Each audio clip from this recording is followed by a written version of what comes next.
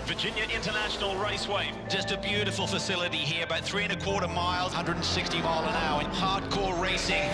Racers, start your engines! We are ready to go. We're at this Michelin GT Challenge at Virginia International Raceway. Waiting for the drop of the green flag. There it is. The vendor waves the green. We're racing in VIR.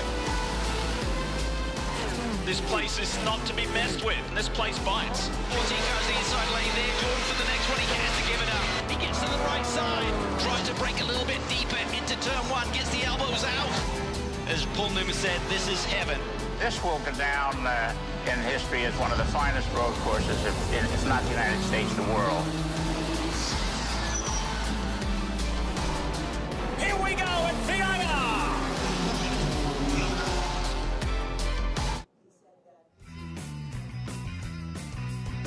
Well, that's got the blood rushing, hasn't it? Beautiful afternoon here for the anti-penultimate round of the IMSA WeatherTech SportsCar Championship. It's the Michelin GT Challenge at VIR in the Ford Global Broadcast Centre.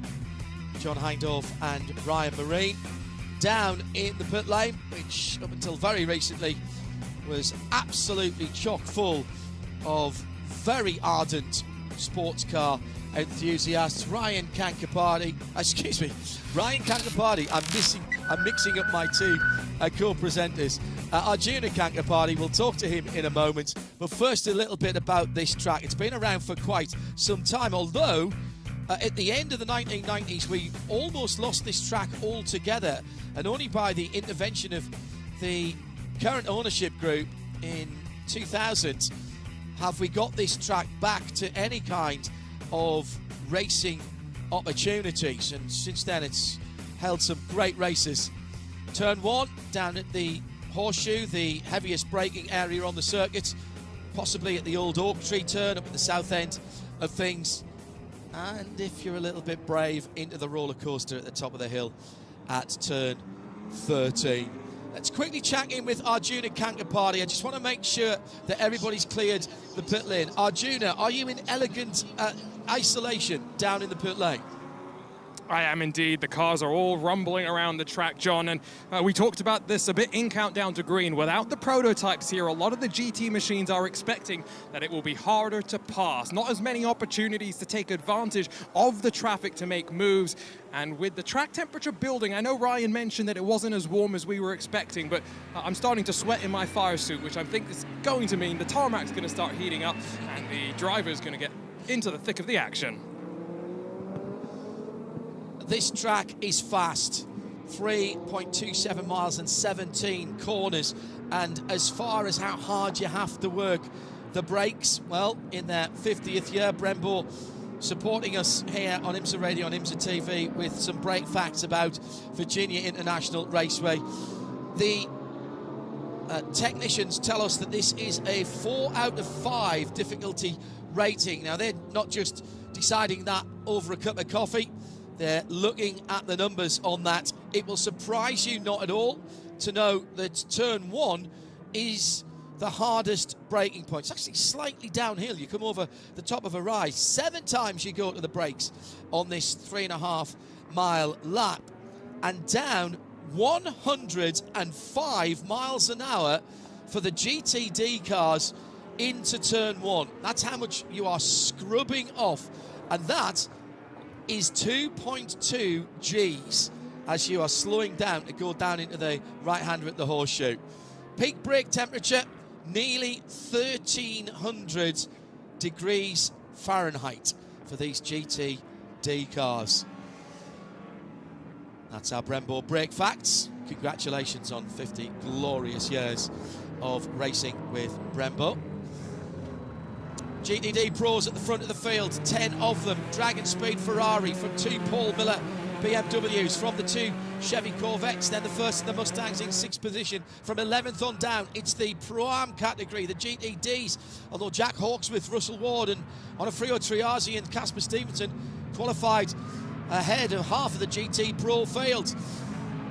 Though that's Lexus, Mercedes, Ferrari and Aston Martin Vantage all in the fight at the front of the GTD field. Those are the cars with the green number backgrounds, the GTD Pros at the front of the field with the red number background. We have put 2 hours and 40 minutes onto the clock, and right now Giacomo Alton leads as Bibendum waves the green flag for the start of the Michelin GT Challenge at VIR, and immediately swinging across to cover. A great start from Neil Verhagen as he gets the whole shot down to the first corner, and Giacomo Alton is going to have to battle here with the other BMW. He's also got a Corvette right up his tailpipes as well as he goes through turn 3 and into the left hook at turn 4. Really feisty start and leading going on in the middle of the field with the number 65 of Fred Verviche and Marco Puppelli trading paint, or vinyl I suppose it is nowadays, and Aaron Telitz takes advantage of that. Somebody's off the track and taking out one of the WeatherTech sides further back. That looked like it was Fred Verviche for Ford Multimatic Motorsport. Did he get the car back on the track? Remember, those cars are running a black livery this weekend in tribute to the new liquid carbon finish on the ultimate Ford Mustang street car, the GTD limited edition. And one of those cars will be our safety car should we need it. We nearly needed it straight away there. With the WeatherTech sign taking flight, it's landed off the track, thank goodness. Cold tyres, maybe cold brains in there as well.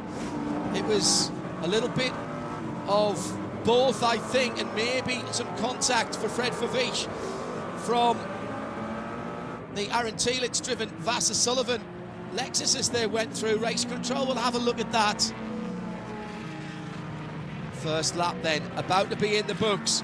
And how's this for BMW, for M-Power? They're celebrating an anniversary in the US this year, and they're pretty much side by side. Neil Verhagen and Dan Hartmer separated by a couple of tenths of a second. The Paul Miller Racing team start as they mean to go on. Madison Snow was very bullish in our Michelin countdown to green, speaking to Arjuna earlier on, and that's the kind of start to the race that they would have been hoping and praying for, Ryan Marie. Oh, full course yellow is out just as we say that, but you're right, Paul Miller Racing a year ago started on pole and won from pole with Madison Snow as part of the driving lineup, but he's the only one of the 4 drivers for Paul Miller Racing that has ever made an IMSA start here at VIR before. It looks like debris on track, turn 5 is the cause for the full course yellow. It will be a short yellow, and it's for that WeatherTech sign, I suspect, that was dislodged in the contact on the opening lap. It's actually the other half of it, Ryan. The bit that went into the air went all the way over the track to driver's right. I don't think that's the problem. They're made of a light corrugated sandwich called Correx, and that's fine.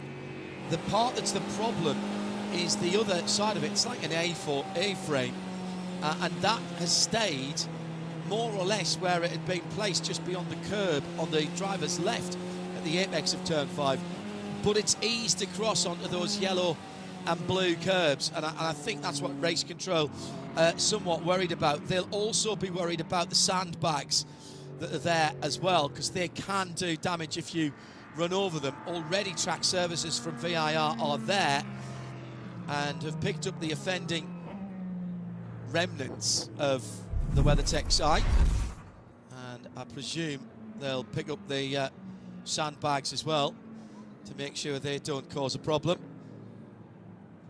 So the big story at the start of the race, twofold, as at the sharp end of the field BMW are first and second, Paul Sitter, Dragon Speed and Giacomo Alton third. From the 2 Corvette Racing, Antonio Garcia and Nicky Katzberg fourth and fifth. They're in the same positions they started, as is Sebastian Priaulx. But in GTD, whilst Jack Hawksworth has held on to the top position from Paul, it's Triazi Competition in second, who've got ahead of Fred Verviche, who went off track, of course. Manny Franco now in third for Ferrari. Lamborghini Huracan in fourth for Wayne Taylor Racing. Alec Udell for DXDT in the Bosch Chevy Corvette. Number 36 in fifth. Where is Russell Ward, I hear you say? Well, he's dropped behind Aaron Telitz and Misha Goitberg, and he's down in 7th position in class, 17th overall from the front row. And I suspect, although I have to say I'm not entirely certain of this, Ryan, I suspect that was all down to those GTD Pro cars having the scrap ahead of them that delayed Russell, as we are behind the Ford GTD, the Ford Mustang GTD, in its incredible liquid carbon finish. As I say, the 64 and the 65 car have a bare carbon finish, which is just the weave of the carbon with the ultra lime on it. Not the start that Russell Ward wanted in defence of the championship lead at the moment, now down in 7th position, Ryan. Yeah, that's almost a disaster for them. Again, we talk about how difficult it is to make passes. You can't count on a bunch of yellows to open up strategy options here in this race historically, and they've dropped from 2nd to 7th, as you point out. Manny Franco, though, let's give him a call. Had a solid but kind of quiet qualifying in 5th. He gains 2 positions. He now runs 3rd in GTD. I think one of the early stories of the day, just how he was ready to go immediately on the start. But most impressive of all, what the 2 BMWs did. Verhagen just blitzed by Alton by going into turn 1. That wasn't even a battle, really. Yep. And then Harper was able to find a way by a few corners later. The Mustang GTD lights out and accelerates away using the awesome power of that V8. The class split is ongoing down the back straight. The pits did not open because we were within 15 minutes of the first green flag of the race. However, the pits will open as they come back to green right now. Minimum driver time is 10 minutes for the GTD Pros and 45 minutes for the GTDs.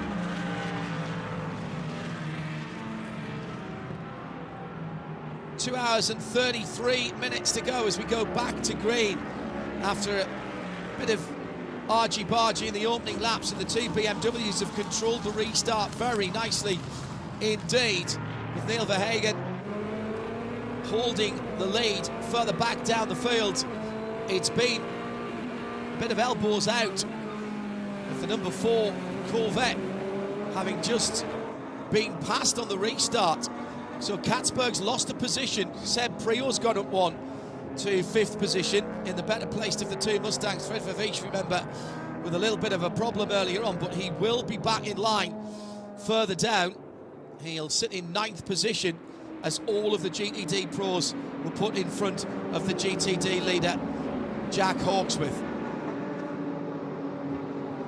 Great sound of the variety of sports car and GT racing in the IMSA WeatherTech SportsCar Championship. V8s, flat 6s, mid, front, rear engine cars. V10s, of course, in the Lamborghini. Absolutely quality stuff. Cars that look and sound different, all playing on the same playing field and racing on the same playing field. Some smoke coming from either the gradient number 66, the silver Mustang, or the number 96 Turner BMW. Bit of a problem, I think, for Jensen Holtzman. He's either got a tyre rub or something is going on all the way up the back straight. There was some white smoke coming from between those 2 cars. And it looks like Fred Vervish is in the pit lane after that early incident on a Frio Triazi as well coming in. Those were the 2 cars that were closest together. And Jensen Holtzman, yeah, he dropped a wheel off at the top of the turn 14. In fact, there was a little touch side by side there as well. Let's go down for our first pit lane report of the race. Here's Arjuna with a Ford and a Ferrari in the pit lane early doors. Well, I'm not seeing the Ferrari, John, so you're going to have to correct me if they did pit and I missed them. But the Ford number 65, just a quick clean of the radiator. Lots of grass on that car after the lap one excursion. They've topped the car off with fuel as well and headed back out onto track in that liquid carbon number 65. Yes, absolutely. They were in the pit lane for just 32 seconds. My apologies, the Triazzi competition Ferrari did not come in the pit lane. It flashed up red on my timing screen for a moment, which normally signifies a pit lane caller. So Fred Vervish is back out, obviously now right at the back of everybody. The good news is, Ryan, he's got a clear track in front of him. So we'll see now what performance that number 65 car has, because he's about a quarter of a lap behind the rest of the field. Yeah, 31 seconds behind Neil Verhagen, who leads the race overall. And Fred really got used up, I think, on the start of the race. First, it was fighting with Marco Mappelli, and Mappelli didn't really cut him a lot of slack in the run down toward a left hook, turn 4. And then after that, there was the contact with the Lexus, which appeared a bit more incidental, but tough start to the race regardless for the 65 in Vervish. In GTD, though, we mentioned the fact that Russell Ward had dropped down. What we neglected to mention was Casper Stevenson also had fallen back. Casper had qualified 3rd and now is shown in 10th, and that's where he restarted. So I think all of them were kind of caught up in that same chaos on the opening lap, and a few of the front runners, not just for the race win, but also those are 2 championship contenders in GTD that have had strife early. I suppose if you're going to have a problem, Ryan, have it early. It gives you more time to recover. True. Rather not have it at all, especially here in VIR, as you say.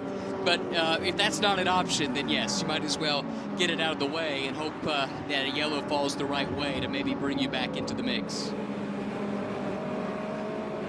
So an early pit stop for Corvette number 4 to clear out the radiators just in the pit lane for 30-odd seconds. There was a splash of fuel there, but no time to change any tyres as far as we saw. We're hearing that race control are going to have a look at that incident between Fred Vervish in the number 65, now sitting down in 23rd position and 10th in class. And the other car involved there was Manny Franco for Conquest Racing, one of the GTD runners coming through, and also Manny Franco was with Triazzi, the 021. It was the number 12 that was involved. That's Jack Hawksworth, who was involved with the Corvette. Again, that was one of the GTD cars coming through. Odifrio Triazzi now leads in GTD. The Ferrari ahead of the pole-sitting Lexus. So it's Ferrari, Lexus, Ferrari from 9th position down. Both Lexus are in there. The GTD car is the better placed of the pair of them. So already race control, Ryan, having some work to do. And given what we've been speaking about regarding contact, driver behaviour, we now wait to see what happens with the result of those investigations.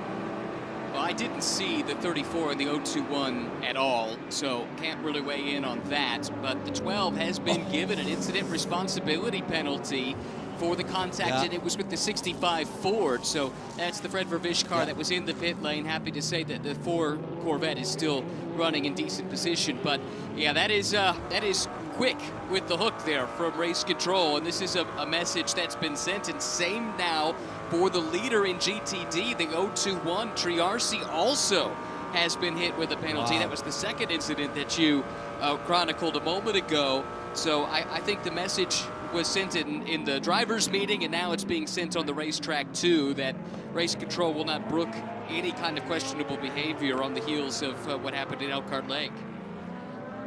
Yeah, my apologies. 65 Ford Multimatic, Ford Mustang GT3 came in to get the radiators cleaned after that off-track excursion. Fred Vervish running at the back. I apologise if I worried Corvette fans there. So here are the 2 miscreants coming to serve their penalty. You've got 3 laps or 3 times past the start-finish line to get that done. They have decided to come in at the earliest opportunity. I'm just thinking back to that smoke that I saw coming out of the gradient number 66 car. Jensen Holtzman has continued. It is now up to 9th position in class there. I just wonder if he was running across some of the oil dry preparation from earlier on today that was on the back straight. I'll take a look at that the next time we have cars going down the back straight, Madison Avenue, here at VIR. Hello everybody, if you are just joining us, we've had 15 minutes of action already, a very quick caution for debris after what can only be described as a fraught start to this GT-only Michelin GT Challenge at VIR. And it all started in the midfield. Oh yeah, that was side-by-side contact that happened much earlier than I realised that put Fred Verveech off, and it was indeed the pole-sitting Lexus from GTD, but also the 021 with contact as well, and they have been back into the pit lane. The incident at the top of the hill at the roller coaster between Jensen Holtzman, the gradient Ford number 66, and the number 96 Turner BMW, that's under review as well. And that will be a drive-through for the Turner BMW. So I think your question and our musing, Ryan Marine, has been answered as early as 15 minutes into this race.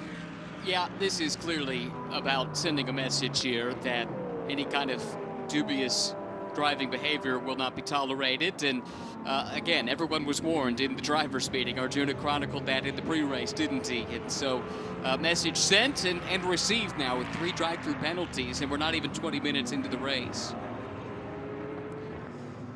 Hello to Alan Prosser, working in the pub tonight, but has us on the big screen over there in a very beautiful part of the world, the borders of England and Wales. Good to have your company, Alan, tonight, and to all the customers there as well. Jerry Z is trackside, right where that incident happened here at VIR. Got a long drive home as well. And Chris Suku joining us as well with a multi-screen experience in Royal Leamington Spa in the centre of the Midlands of the UK. Now it's just coming on at 7:30 on Sunday evening, 8:30 in Europe, 2:30 here at VIR, near enough. The 2 BMWs still leading. Now let's find out what happened with the 96 Turner BMW, just squeezing down onto Jensen Holtzman. That could have gone either way. Jensen lost a few positions, managed to hold on to it in the 66 gradient car. So I think we know where we stand. If you're a driver or a team member now, you're on the phone, you're on the radio to your drivers and saying no contact at all. The race control, the patience tested perhaps too much last time out. Let's go down to Ferrari and to Daniel Serra, who's with Arjuna. I was just asking Daniel if there was any word on the radio from Manny Franco after that bit of contact leading the race. Daniel, what's the word? You know, apparently the car is okay. Manny is doing a good job, good few laps. He's on a good pace, so it's still too early. Let's see where we can finish. I believe this is your first visit to VIR. What's the experience been like? Yeah, it's my first time here. It's a very, very nice track. I like the last sector when you come to the last corner. It's a very nice track. Very difficult to overtake, so it's good to be in first place. Track position is very important here, so let's see. Good luck for the race. So that is the GTD leading co-driver, Conquest Racing's Ferrari, the number 34 car. If you're at the track or further afield, don't forget Andy Blackmore's brilliant spotter guide. Search Andy Blackmore spotter guides and that will get you to his page. There's also a link to it on IMSA.com. All of the liveries of the cars and their drivers. Off for Triassic competition at the Oak Tree there, Ryan, in that battle for what is 20th and 21st, 11th and 12th in class, Jack Hawksworth. Those are the two cars that had the penalties. Yeah, it's the battle to be best placed of those that have had a drive-through here, and it's left Onofre a little bit vulnerable to Jack Hawksworth, but able to fend off the challenge here. This is, again, two cars that came into this race weekend with championship aspirations. Really interesting to see how many have had problems. And remember, Russell Ward, we were lamenting the start that he's had. All of a sudden, he's back to 5th with so many of his competitors that have had drive-through penalties now. Not where he would like to be, having been shuffled back on the start, but he kept his nose clean and now is drawing a bead on Misha Goikberg for 4th. Coming down to 20 minutes having been completed. Let's take our first VP Racing in race update. And it is still the two BMWs from Paul Miller Racing. They're half a second apart. Number 1 from number 48, Neil Verhagen from Dan Harper. Giacomo Altoe from pole position now just sitting in 3rd position, another half a second further back. He's got 0.3 of a second on the Corvette of Tonio Garcia. Corvette's now been split.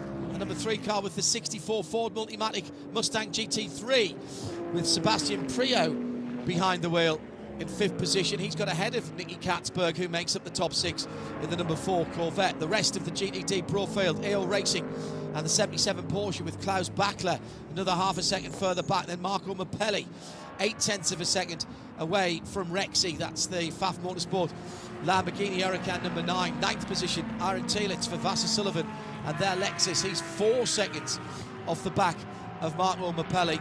And the other GTD Pro runner, 10th position for them, but at the back of the field, having been in through the pit lane to clear the radiators after the off-track excursion on lap 1.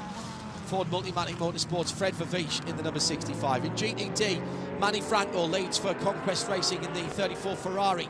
From Wayne Taylor Racing, Danny Formal in the V10 Lamborghini Huracan. Last season's racing for that car.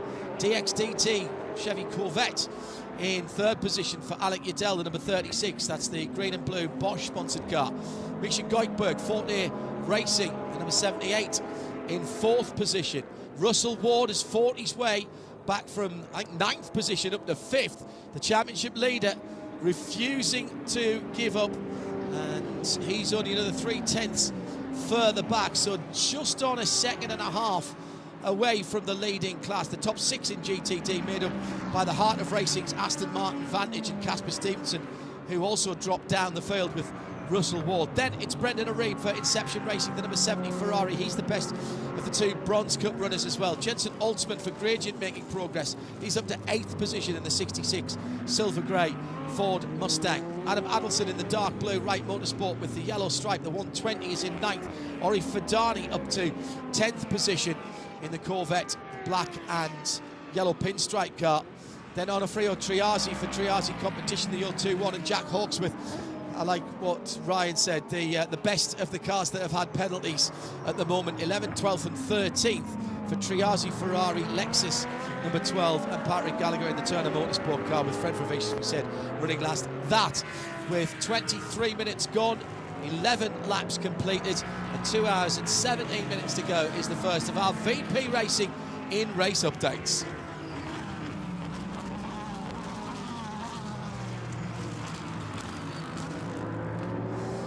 So hearing from Aaron, our producer up in Concord, that there may be a problem with the number 12 car and Jack Hawksworth, so we'll keep an eye and an ear on that. Hello to Dave Alcott and Random WEC Means. Both tuned in, I think, from the UK. Tom, who is logged in from Toronto and with a multi-screen setup as well. 1, 2, 3, 4 screens there, Tom. Nice to know that you're with us as well. Don't forget, we'd like your thoughts on what you've seen this weekend at VIR, the GT-only event, Michelin Post-Race Tech, exclusively on RS2, once we end the World Feed TV. Ryan, Marine and John Hindhoff in the Ford Performance Global broadcast centre, and Arjuna, the number 12 Jack Hawksworth Vassar Sullivan RCF, no issue as such, but they have had a warning, and this is something that all the teams have had to get used to this year in IMSA. Absolutely, with the addition of the torque sensors, John, the failure to control powertrain parameters has become a somewhat frequent refrain, especially at specific tracks where when the cars get onto the curbing, it can spike that torque sensor value and just get that warning inflicted. So quick check with the Vassar Sullivan team. There's no issue for the number 12, but I was quickly just wandering up and down pit lane and trying to get some stories from the team. It does sound as though the leaders aren't showing their full speed right now, and that might not be fuel saving, John, but going back to what you were saying slightly earlier, getting the tires to the end of the fuel stint might be what all the teams are focusing on right now. Thanks, Arjuna. Just to put some meat on the bones there, BOP is what some people would say the work of the devil. Perhaps it's more correct to say it's a necessary evil if you don't like it. I happen to think that it gives us a great variety of cars, particularly in the GT3 globally. It's called GTD here in IMSA. For a long time, there have been raised eyebrows and questions about how you balance the performance of such fundamentally different looking, sounding, and even cars that have different philosophies of why they came into being in the first place. A BMW M4 GT3 against a Chevrolet Corvette, against a Ferrari, a Lamborghini, an Aston Martin, etc. They wouldn't necessarily be the same bedfellows.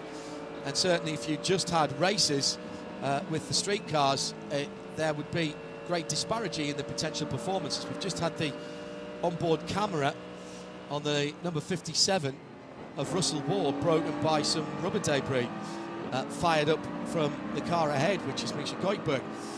So balance of performance has been refined over the years, and the more data you can have, the better decisions you can make between IMSA and the ACO. They've been working together in the brave new world of togetherness and regulations that have been pulled together for the prototypes and the GT cars. And so from measuring a few years, as we used to do a few years ago, what goes into the engine in terms of fuel and air, as that still happens, the, I think, game-changing addition is actually measuring very, very sensitively indeed what comes out of the engine. And that is done by a field magnetic sensor placed on the drive shafts of the cars, and basically that measures the torque on the drive shaft by carefully measuring the changes in a magnetic field as the drive shaft turns and twists. It's a clever piece of kit. It isn't cheap, but it does mean that everybody's power and torque output is being measured in the same way, and therefore it does mean you can watch in real time, and that is what IMSA are doing here. So the failure to adhere to the controlled powertrain parameters warning was a spike in the power output of that number 12 Lexus that has been noted by the algorithm and thrown up a warning on the screen at IMSA's technical race control, and then passed on to the team. Now they try to throw out such things as curb strikes and getting airborne, which happens here.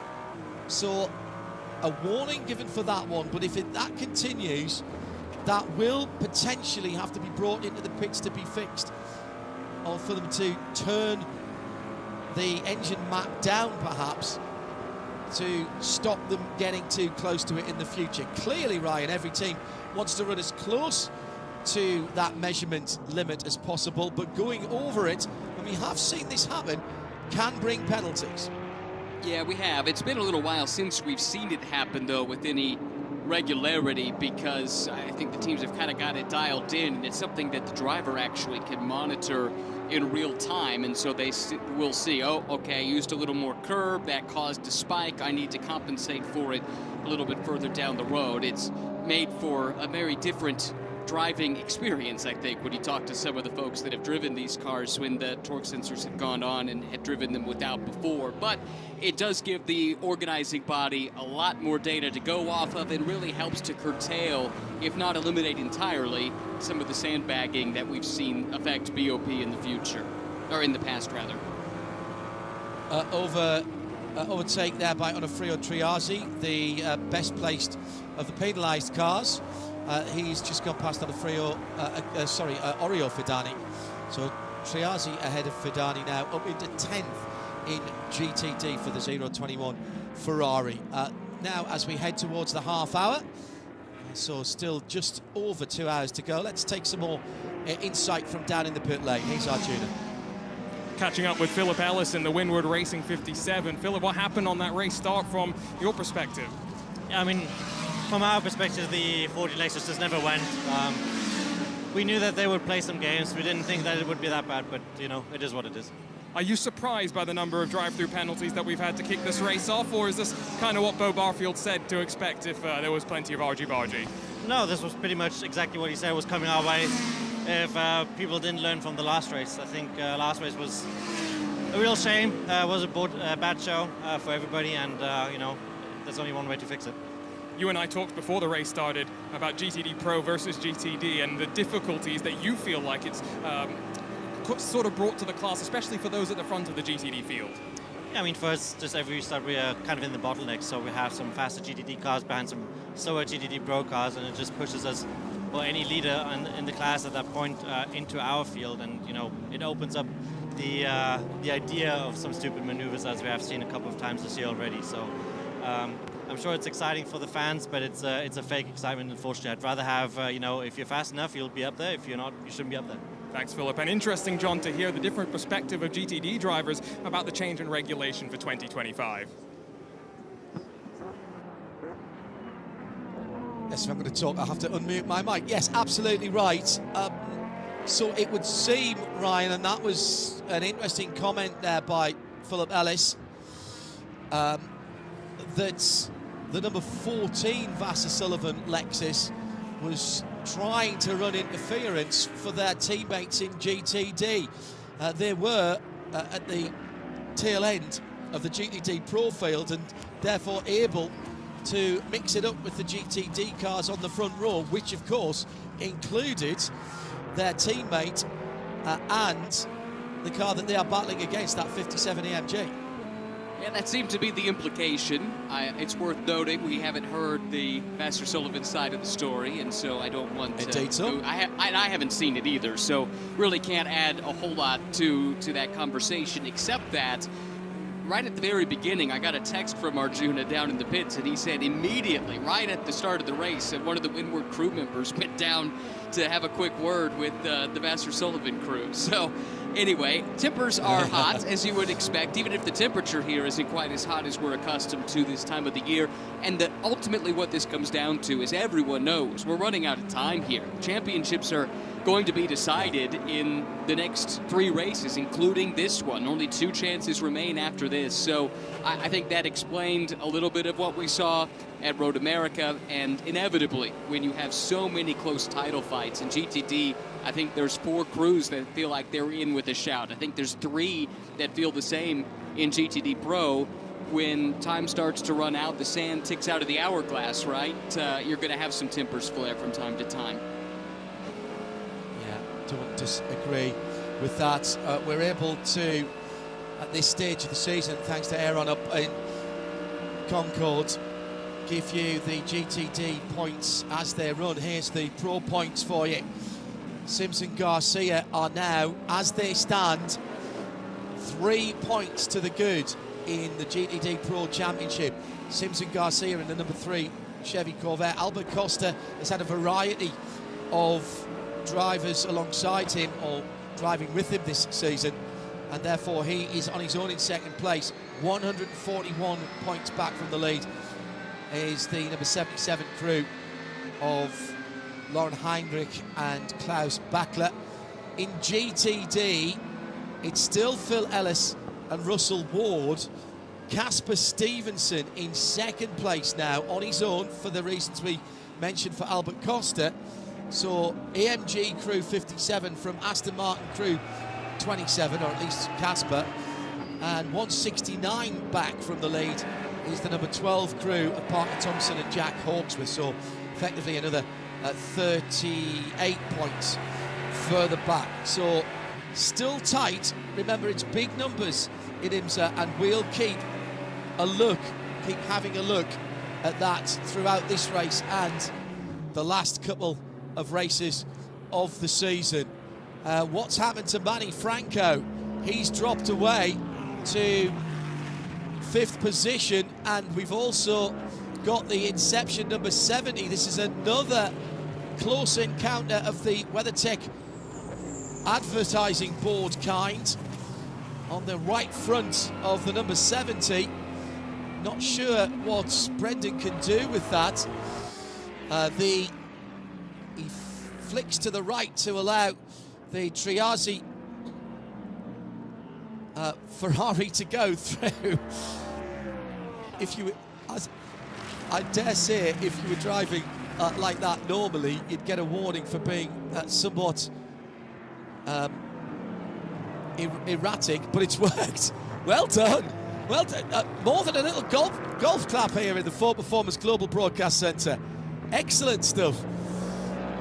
He just clobbered it as he was coming up the hill. That's the second one of those that have been taken out.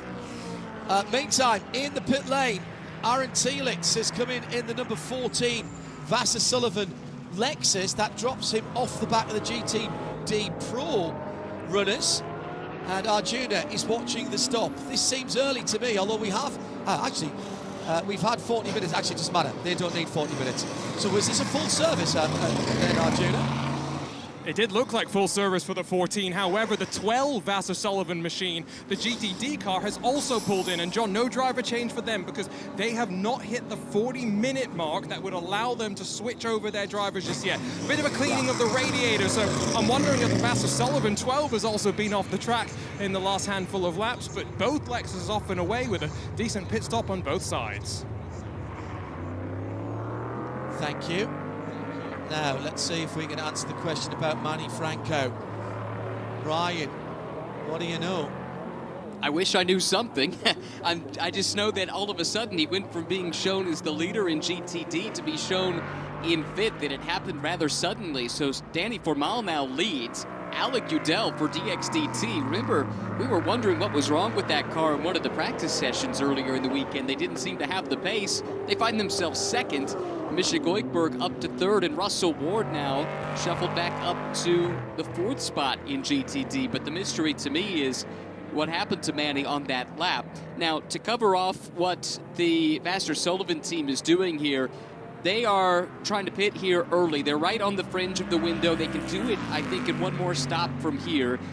So what they're going to do then is try and get that stop out of the way, and then perhaps a full course yellow can help vault them into better track position later on. Neither were particularly well placed in their classes due to misfortune earlier in this race. And while it's not typical to see a GTD car make the stop so early because of the drive time situation, the thing that they have in their favor is 2 drivers with effectively the same pace in Jack Hawksworth and Parker Thompson. So they can kind of play these games where, especially the Bronze Cup, the lineups with the bronze drivers in it, they really can't play the same games, and Vassar Sullivan trying to use that to their advantage. We talked now, Porsche Keys to the race and the Michelin Countdown agreeing about track position. They're taking the pain now, hoping to get track position later on, or if the Ford Mustang GTD safety car comes out, because they would take a shorter pit stop and cycle to the front. They're back timing from the end of the race as well. And 2 hours and 40 minutes is 2 1-hour stints and a 40-minute stint. Or you can break it up what's that, 60, 60 and 40, so that's 140 minutes. Split that into 3 if you want to. We've seen that done here before, and fractions of standard length runs. The key part of it, I think, Ryan, is you only want to come down the pit lane twice, whichever way you play it. I might be able to throw a little bit of light on Manny Franco in the 34 GTD. I'm hearing a report, and again, many thanks to the eyes and ears that we have around the track from our camera operators who are all talking back to Concord, and Aaron is able to tap into some other information as well. Seems that Manny might have gone off at turn 14 at the top of the hill at the roller coaster a few laps ago.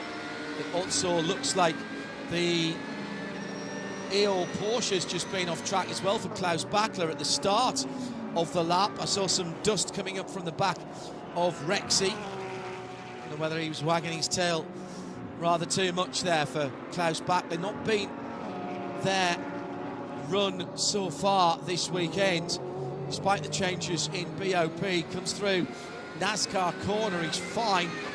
Corvette in front, just made a little mistake. Dive down the inside from Klaus, and then get a little tap from the Corvette from behind. I think that might have to be looked at. There's some history between these two cars. So it was a clean move into the left hook. There was racing room asked for and given, but on the right-hander, not the case. Now, some carbon fiber's gone up in the air there. I think from the front of the Vet rather than from the back of the Porsche. Race control, have that under review. And again, that, I could see that going either way. I really could. Ian McCarthy, hello Ian, on IMSA Radio about BOP. Love it, I hate it. We should all be cherishing these years in which racing is largely being monitored and judged by humans. Don't get me started on driverless race cars, he says. That is a good point that you make there. And again, I've just come back to the variety of manufacturers and the number of manufacturers that we've had, and whether it's been me and Ryan talking this season about it in WeatherTech, or Jeremy Shaw and I down through the years, the spread of race wins, fastest laps, laps led, etc. It was in the oak tree that Manny Franco went off at turn 11, not turn 14. And that's what cost him those 4 places. All of that would tend to suggest that at some stage during the season, everybody is going to have a crack. At some stage during the longer races, everybody is going to feature. And that surely, competition-wise, has to be a good thing. Ryan is quite a lot younger than me, as is our junior. I go back far enough to remember when GT racing looked like a Porsche Cup race, particularly at Le Mans. It was all Porsches. And it was great, and we had great racing, but there was no variety.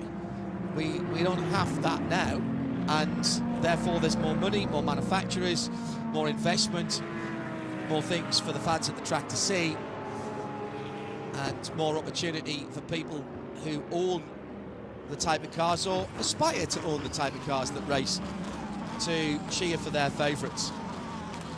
Just one man's opinion there. We're under 2 hours to go. Just over 44 minutes elapsed. Let's take another VP in-race update. Still the 2 Paul Miller BMWs. They are running their own race at the moment in lockstep, 1 from 48. It's formation flying for the Bavarian cars at the front of the field. Significant anniversary for BMW M in the United States, and they're running in those anniversary colours. Giacomo Altoe from pole position, 1.2 seconds back, keeping the Beamers in sight in the Ferrari from Dragon Speed. And then Chevrolet Corvette, Ford Mustang, Chevrolet Corvette, all half a second, 3/4 of a second apart. And the top 8 are all GTD pros, so that's Pfaff and EO Racing. A little bit more of a gap between those two. But the top 8 cars are now 8.5 seconds apart. GTD has Danny Formal leading for Lamborghini, DXDT and Chevy Corvette in second with Alec Udell. It's the 36 car, green and blue car. DXDT therefore in second, 8 tenths ahead of Forte, Lamborghini and Winward back into fourth. And that is your VP in race update with 45 minutes elapsed. And incident responsibility penalty issued. I said it could have gone either way. It's gone the way of Klaus Bachler. And it will be a drive-through for the number 77 car for that contact with Corvette number 4. Here comes the number 77. I suspect this will be the drive-through before the pit stops start. Although, we've had a Corvette driving through as well, but that was the number 3 car, Antonio Garcia, into pit lane, and that, Arjuna, is a scheduled pit stop. Also in, John, Winward racing in the 57, and I see the driver change swapping through. So Russell Ward out and Philip Ellis in behind them, the heart of racing machine. I can see Wright Motorsport and maybe the Inception Ferrari as well. There was a bit of chatter about if the Corvettes were going to try and short pit. Tommy Milner said it didn't necessarily make much sense to him in that number 4 machine, but the 3 has gone in and out. Looks like a very tidy pit stop, and now I can see Dragon Speed ready to respond. Albert Costa on the wall and ready to jump behind the wheel of the 81. Well, if it was a short full to get them out, that's about track position. That was our number 1 Porsche key to the race. And Ryan, what we're seeing here at 46 minutes or thereabouts, this is splitting the race into 3 pretty much identical stints.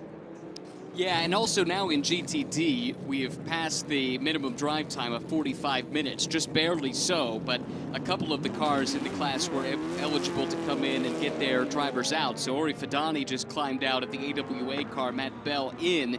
But this is why I think we heard a lot of the drivers say it's a pretty straightforward race strategically, at least when you're looking at the fuel mileage side of things. It's a simple 2-stop, but it's looking after those tires and making them last a couple of long stints, especially those that came in on the early side of this window. That's a lot of babying the tire that you're going to have to do, not once but twice. We're talking about 2 stints right around an hour each, and that could be where it gets really tricky. Here comes the number 81. Giacomo Altoe is getting out of the car. Albert Costa will get back in. This is a fuel and tyre stop. My question will be, is it a full 4 tyre stop? I don't think anybody will risk just the left-hand side, the working side tyres. Down in the pit lane, here's Arjuna. No 2 tyre stops today, John. The word from everyone I talked to. There was some talk about that yesterday in the Pilot Challenge with the 5 lug nut wheels, but here with the 1 lug nut, no such worries. Dragon Speed get beat off pit lane, though, by the 64. A great stop from Ford Multimatic to get out in front of Dragon Speed. And that's Mike Rockefeller, who's taken over from Sebastian Priaulx, who did a very solid first stint. Priaulx really settling into his role here after a few years now racing in the States in a variety of championships. Hello to Andy and Joe, who I am absolutely certain will be tuned in wherever in the world they are, possibly on their home island of Guernsey. And let's see if we can have a quick word with Seb Priaulx very quickly, just out of the car. And he's wiping himself down from all that sweat. Seb, good opening stint? You know, I did what I could. Just follow the leader sort of thing, you know. Pace seemed okay. Struggling with the rears a little bit, but I made some positions up at the start, one position on the Corvette. That helped me a little bit, but, you know, it's just follow the leader here. So, but yeah, it's a good start.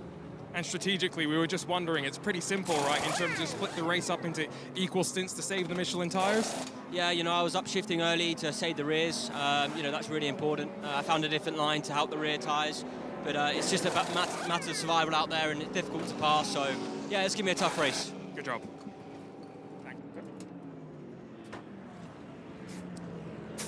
Pride of the Channel Islands, Seb Priaulx. I think a fourth generation racer, actually. His great-grandfather did some racing. Certainly know his grandfather and, of course, his father, Andy Prior.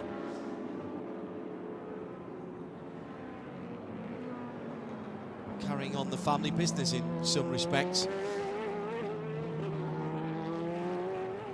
Really carving out, as I say, a good reputation for himself. At IMSA Radio, if you want to get in touch, Chris Suku, regarding BOP. If applied fairly, it means manufacturers can provide a racing car at the pinnacle of their craft and true to the company's DNA ethos, meaning different solutions from different manufacturers can solve the problem of how to win a race. Eloquently put, Chris. Thank you for that.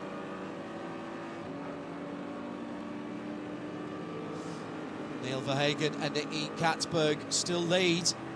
They're going deep into this race. 50 minutes since we went to green flag. We've had a tiny sliver of yellow flags behind, and of course yellow rather, behind the Mustang GTD safety car. Just under 5 minutes, 4 minutes and 46 seconds was the neutralisation for that first lap incident that left debris on the circuit. So 27 laps now for the two BMWs at the front of the field. What they're doing, if they can hold on to this and, you know, add Marco Mapelli into that, who's now in third, they are the only three cars, Ryan, who have not yet stopped. And then there's a 24-second gap back to Klaus Bachler as the 0-2-1 into the pit lane for Onofrio Triazzi from the lead of GTD. He's out of the car already.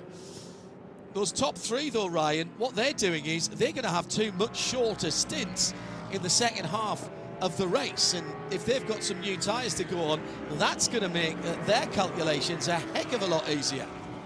Yeah, that's right, exactly so. And I think Klaus Bachler actually would be in that conversation too. The one pit stop he's shown as having made was really the drive-through penalty, but he's way down the order as a consequence, 31 seconds behind the lead. The risk, though, is with so much of the field having made their stops now at this stage, should a yellow come out, that would really be painful for those that have yet to pit. So they're running that risk, but they're also analyzing the trends, and we've talked about it a lot over the course of the weekend already, haven't we, John? The trends indicate one yellow typically is what we see in these GT-only races here at VIR, and they'll know that. So for them, it's worth being out in clean air, being able to do some quick laps, and then try and also get the reward of having shorter stints, the final two stints, where others might be laboring on older tires. Exactly so. Exactly so. I also think that there's an element of fuel saving going on, not because they are tight on fuel. I'm just looking at the laps. The best lap we've had was from Fred Verveech with a 46.8. At the moment, it's high 47s and low 48s for the top cars at the front of the field. The lap record here for GT3 is a 44.150. So we are not bothering that at the moment. Alexander Sims, in fact, has just come down to 46.737. And also in the 46 is Mike Rockenfeller at the start of his stint on new Michelin tyres in the Ford number 64, just vacated by Seb Prior. Hello to Ray Lethern from South Africa, from the Cape Town, out in a very lovely 911 GT3 RS. That time on a Sunday, GT racing at VIR. Big shout out to his partner in racing and wife, the amazing Auto Princess. Thanks for the brilliant free-to-air coverage, Ray. It is our pleasure. Possibly not a Porsche day today, I'm afraid. Although Klaus Bachler, once again, by virtue of the early pit stop ride, is up into fourth position, albeit a minute and 17 seconds away from the lead. They're having to do this a different way. And I don't mind that either, if I'm honest, because I don't just want to see everybody coming in after a certain number of laps. We've only had that very short bit of yellow flag, and so right now there are still a couple of different strategic and tactical mindsets out there. Yeah, now remind me though, that was a drive-through, right? That wasn't a pit stop for Bakken, correct? No, you're right. Of course, he hit the Corvette. Yeah. Yeah. So he hasn't had a fuel stop yet. Right.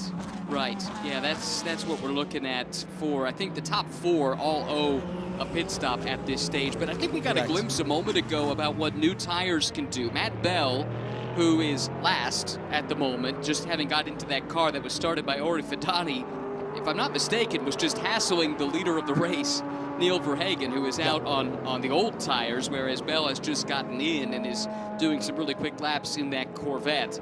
And we're seeing a pretty significant drop-off. Yeah, exactly right. And it was illustrative, I think, of just how much the pace does fall off toward the end of these runs. Well, this is what we heard, didn't we, from the drivers in Michelin Countdown, agreeing with Arjuna. You might just have to live with it in the last 10 or 15 minutes. And here comes the first of the BMWs to the lane, and it is the leader, Neil Verhagen. His teammate came in last time around. It will be a full service, and Arjuna Kankapati is watching this one. Max Hesse is in and out last time around. Here's the leader, Arjuna. A very smart call from Paul Miller Racing, in my mind, to split the strategy here, John, with the cars running 1 and 2 through the opening 40 minutes of the race. You don't need to put them in together when they have the pit stalls right next to each other. So this allows a bit of separation, and as the front right tire goes on, it's the final bit of Michelin rubber that needs to be put on. The fuel is now the one that is being weighted on. I do believe this will be a slightly short fill though, so as they just wait, counting the fuel rolling into that BMW M4 GT3 Evo, this is a bit longer than I was anticipating. Off and away they go. Now where are their sister car? Flying past the start-finish straight, and they're going to slide down the order on this strategy. Here's something as well, Alexander Sims. Tommy Milner now aboard the number 4 Corvette, and they have mirrored the strategy and dropped out right behind what is now Madison Snow in the Paul Miller Racing number 1 car. Now that's interesting to me, because that is obviously, they were further back down the road.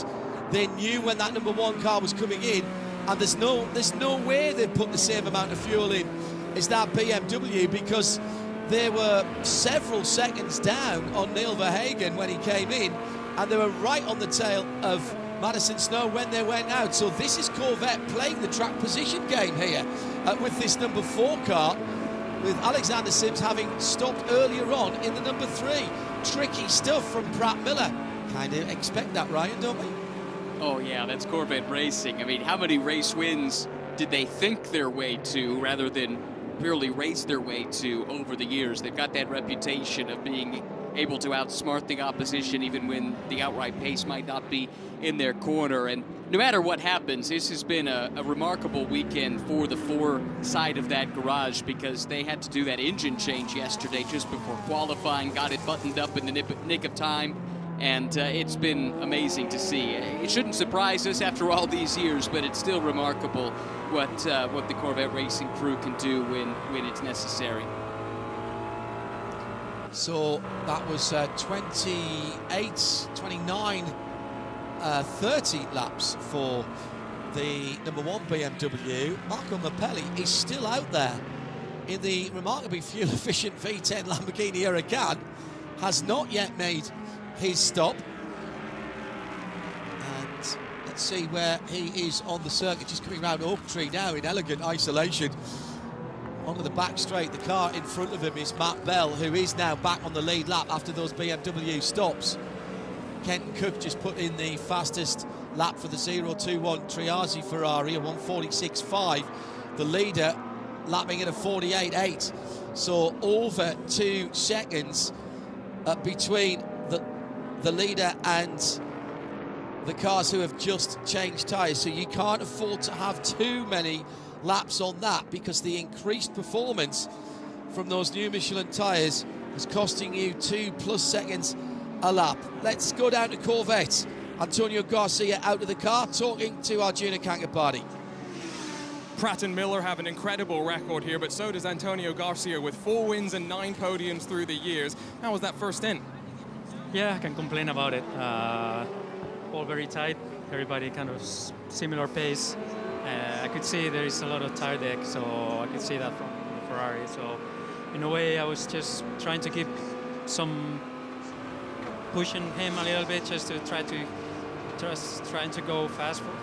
Just trying him to burn some tires, and it definitely paid out. And probably the undercut works pretty well. I was saving quite a bit of fuel, and that's what it got us to the front now, I think. So I think we are probably on one of the strategies. The other cars are running way deeper, but so far we have a pretty good lead. So I don't know what would be the fuel advantages towards the end for the other cars running longer. So everything according to plan so far. Was the short field then planned from the start of the race, or was that something you adapted to based on what you were seeing with the speed of the others? No, it's not short field. It's just we just stopped before the rest, and I was saving quite a bit of fuel there. So yeah, I think we just had to play smart, and I think so far it's playing out. How do you compare the grip this year to all the races that you've done here over the years? I mean, it's tight. Although yesterday we were a little bit far off in qualifying, we showed that maybe in race pace we are a little bit better than we were yesterday. So thankfully the car we were testing during practice 1 and 2, which looked promising, is still doing so. So yeah, we just to carry on, not do any mistake, and let's see what the race brings. We'll see indeed. So 2 completely different strategies, Ryan Marine, for the 2 Corvettes. An early stop and the undercut, as described there by Antonio Garcia. Undercut being the term that is used for coming in earlier than your competition and thereby having a grip advantage, a performance advantage with new tyres, making the most of that so that by the time they come in, you've made time on them. They're doing it the other way with the number 4 car. They've stayed out and shadowed Madison Snow, and they're still only 1.8 seconds behind, and they were way further back than that before they came in. So this is interesting from Pratt Miller. Yeah, it is. I mean, I think you're right with the 4 car. I think they must have short-filled on that side of the garage. The 3, I think the undercut is quite strong here. Again, the pace delta, it's about a second and a half, or even more in some instances from the beginning of the stint to the end. So undercut should be pretty strong, but you give it back on the back end of the stint. That's the risk that you take coming in early. And just to understand that then, Andrea Caldarelli has just taken over the FAF Motorsports Lamborghini. He spent 1 minute and 5 seconds on the pit lane. So that was the car that was out front. And they've dropped way down to 11th position. Part of that is down to how close everybody still is.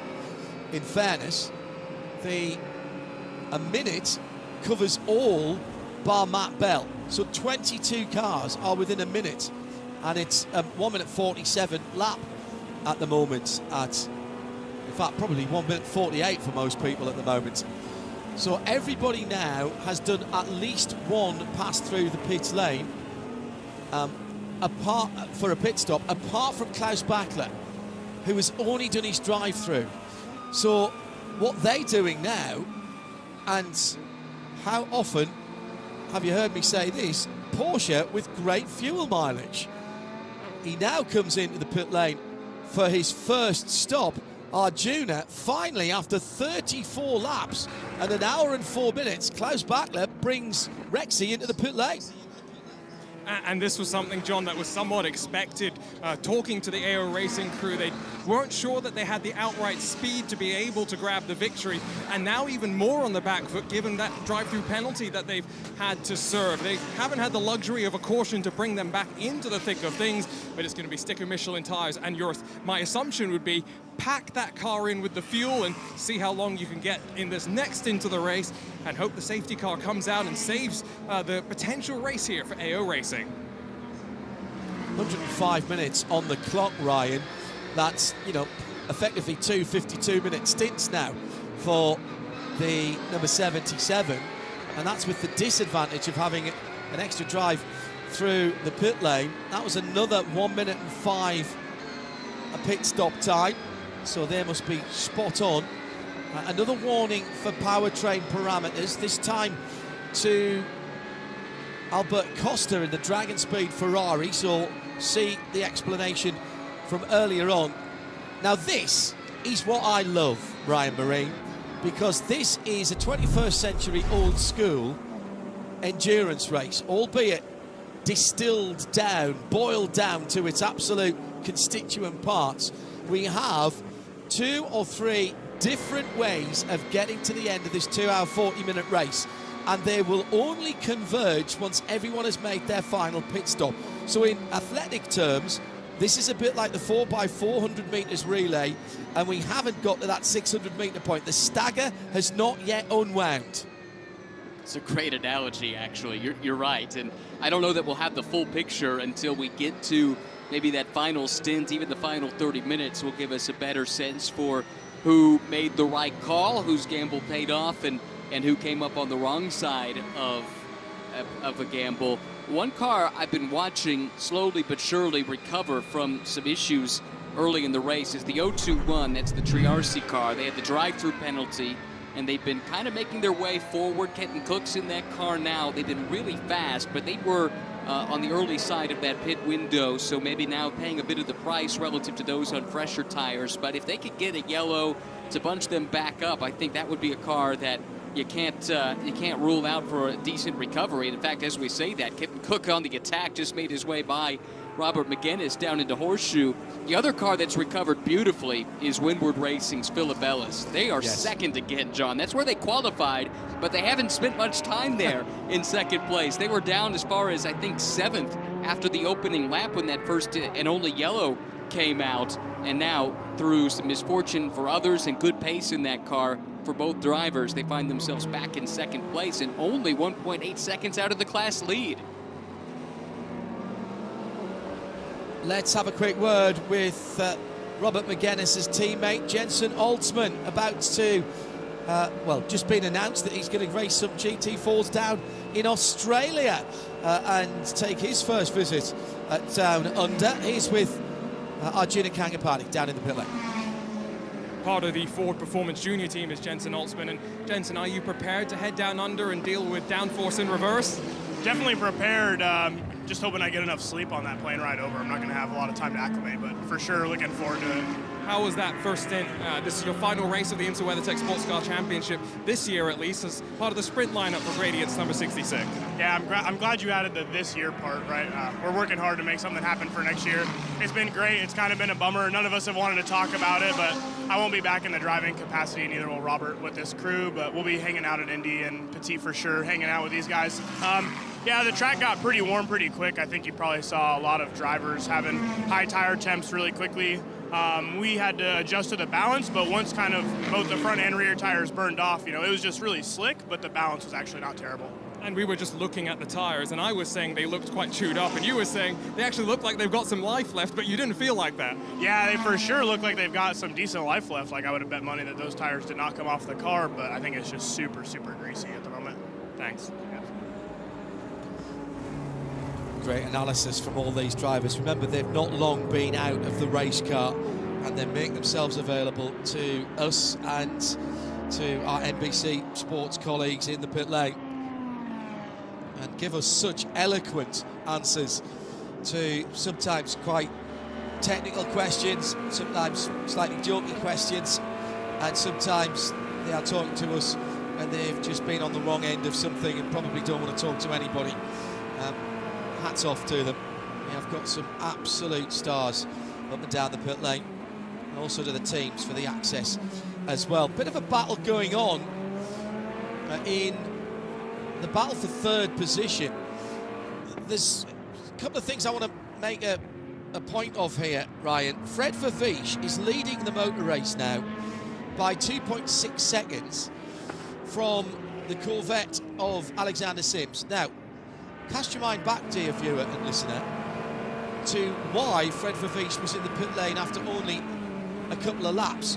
Remember, he was pushed off the track and had to have his radiator grills wiped out of grass, and they topped off the car at that point, left on the starting Michelins, but topped off the VP Racing fuel. So he's now been running 37 laps from the beginning of the race, albeit with that one stop as soon as he could get in after the yellow was cleared. His teammate is 10 seconds back in third, and that's now Mike Rockenfeller. So those are two somewhat different strategies, with Ford Multimatic number 65 Mustang GT3 running its 33rd lap at the moment, and Rockenfeller on his 11th out of the pits. Now, we know that a full pit stop's about a minute, so that's not a real look at where Fred Vervish is. Or is it? Because with only 90 minutes left to go, we are now getting into the area where quite easily he can do it on one more pit stop. And he's got two much shorter stints to come at the end of the race.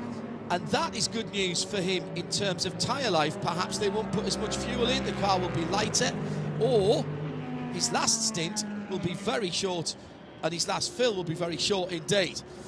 So still things to watch here, and the nuances of what's going on, absolutely fantastic. I'm loving this, and that's what I said about it being an old school 21st century race, because what we're waiting for now is for all those strategies to play out and to see whose calculations, whose spreadsheets, or more likely whose gut feeling, Ryan Marine, on the pit wall was the one that was most correct.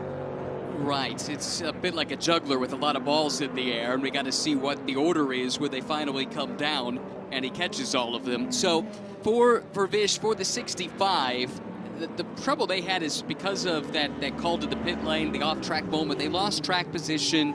They were quite a bit behind the leader. So the only way I think this works for them is with a safety car intervention before the end of this race. The other trouble that they're having is, yeah, they are pushing pretty deep in this stint, but consequently, there's not much left in those tires. They're losing half a second a lap to the chunk of cars behind them, and it's even more. It's up over a second to Madison Snow, who pitted fairly recently, and those that have pitted recently are running 46s or low 47s, whereas he's running in the high 48s. To give you some idea, it's actually a 2-second delta between the two. So the longer this goes, the more he's going to lose relative to those that have pitted recently once the pit stop cycle shuffles through. But again, presumably the tire situation will be on the other foot as Vervish pits now a little bit further down the line, and if a yellow should come at the right time, they could be well positioned to take advantage of it. Yeah, Vervish then hands the lead over to Corvette and Alexander Sims with the split strategy from Corvette Racing by Pratt Miller. The number 3 car now leads from Mike Rockenfeller in second. 7.5 seconds between the number 3 and 64. Albert Costa for Dragon Speed. The Ferrari's been quick all weekend and was having a little look, a little nibble around the back of Mike Rockenfeller's Ford Mustang GT3 a lap or so ago. Settled into a half a second deficit, 2/10 ahead of the first of the BMWs, and it's the number 48 Paul Miller Racing car. Now that is down to the fact that that car pitted earlier than its teammate. Max Hesse took over the number 48 actually just a lap, now check that, 4 laps before Madison Snow did, and got the benefit of the new Michelin tyres. He will pay the penalty for that 4 laps earlier than Madison will in terms of how that performance eases to the end. Now, the good thing about Michelin tyres is, as we know, they are very consistent. They give good pace throughout the stint. You can't stop tyres wearing. If you stop tyres wearing, they're so hard that you don't give any grip. And the clever people at Michelin have to get that balance right with these tyres for the GT field. They're all running exactly the same compound and construction. But the tyre drop-off is gradual rather than, you hear people saying, the tyres fell off a cliff. It doesn't mean that somebody threw them into the sea because they were sick of them. It just means that the performance, if it was a straight line at the start of the race, begins to drop down and then drops down vertically and you start losing time. Michelins don't do that. They come down on a fairly predictable curve, and that's what everybody in the pits have had to be thinking about. That's what your engineer is thinking about in consultation with your team's Michelin tyre engineer. They are working the numbers, working out if it is it a tenth a lap, is it half a tenth a lap, and after 15 laps, does that become 2/10 a lap? And here's a battle on the track for those positions we've just been talking about. Max Hesse and Albert Costa. Two BMWs ganging up now on the Ferrari. The Ferrari was at the back of Rockenfeller's GT3 Mustang a moment or two ago. Now Rockenfeller up the road to the tune of a couple of seconds. And that's because we've got a fight on our hands for what is effectively third, fourth and fifth. And that all started at the left hook when those cars were close together. A lot of dust being thrown up, but as soon as you start getting sideways and side by side, neither of the cars are on the optimum racing line, and Mike Rockenfeller will be laughing about that. He's pulled out more than a second in less than half a lap, Ryan. And it is, as you say, all because the cars behind him were squabbling. It looked to me like Costa maybe used up a little too much curb. It kicked him out wide. That opened the door, at least temporarily, for Hesse to take a peek to the inside. And the two had to both compromise their exit there, leading to a long full throttle section up through Snake and into the climbing S's, where they both lost momentum and dropped back considerably off of Rockenfeller. They've gathered it back up now, and I do think there's more pace in the Ferrari and in the BMWs than is in the Mustang, at least at this stage in the stint, but they've got some work to do to try and reel him back in. It's now close to 2 seconds that they've lost relative to that Ford that runs in second. And that's in the lap to here. Exactly where that all started last time around. That's in 3.5 miles, 2 seconds has disappeared. But now, as Costa can get a little bit of breathing space on his own, he can get back on the optimum racing line, not have to defend, and therefore will close that gap down. So let's have a quick VP in-race update. Corvette leading by 8 seconds. Alexander Sims over Mike Rockenfeller in the Ford Multimatic Mustang. It's a great run for them so far. They've got 2 seconds on the battle for third, which is Dragon Speed's Ferrari with Albert Costa, the 81 car, and then the 48-1 Paul Miller BMWs. Tommy Milner in 6th, top 6 on the racetrack, and on the timing screen, the GTD Pros. The GTD field, Mario Farnbacher for Forte Racing by just half a second from a recovering Winward Racing. That's been a great drive back by the 57 crew.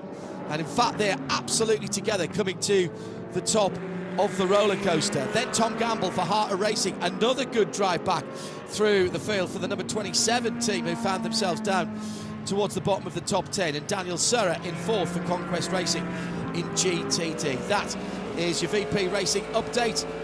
1 hour and 21 minutes remaining.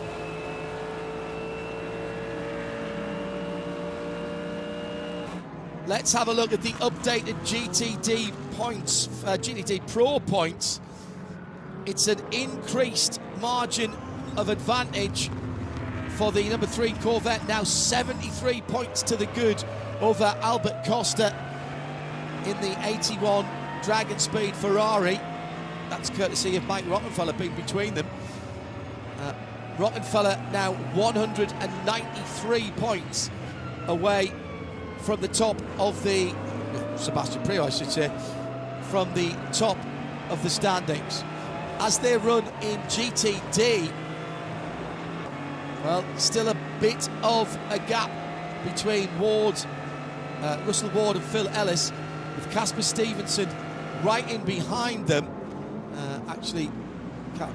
Casper Stevenson's car's right in behind them. It's 141 points between the top two in GTD points for the Drivers' Championship, and the number 12, the Parker Thompson and Jack Hawksworth car, which is sitting at the moment in 8th position in the class after their penalty earlier on. Those guys, sorry, no, it wasn't that car that got the penalty, it was the Pro car.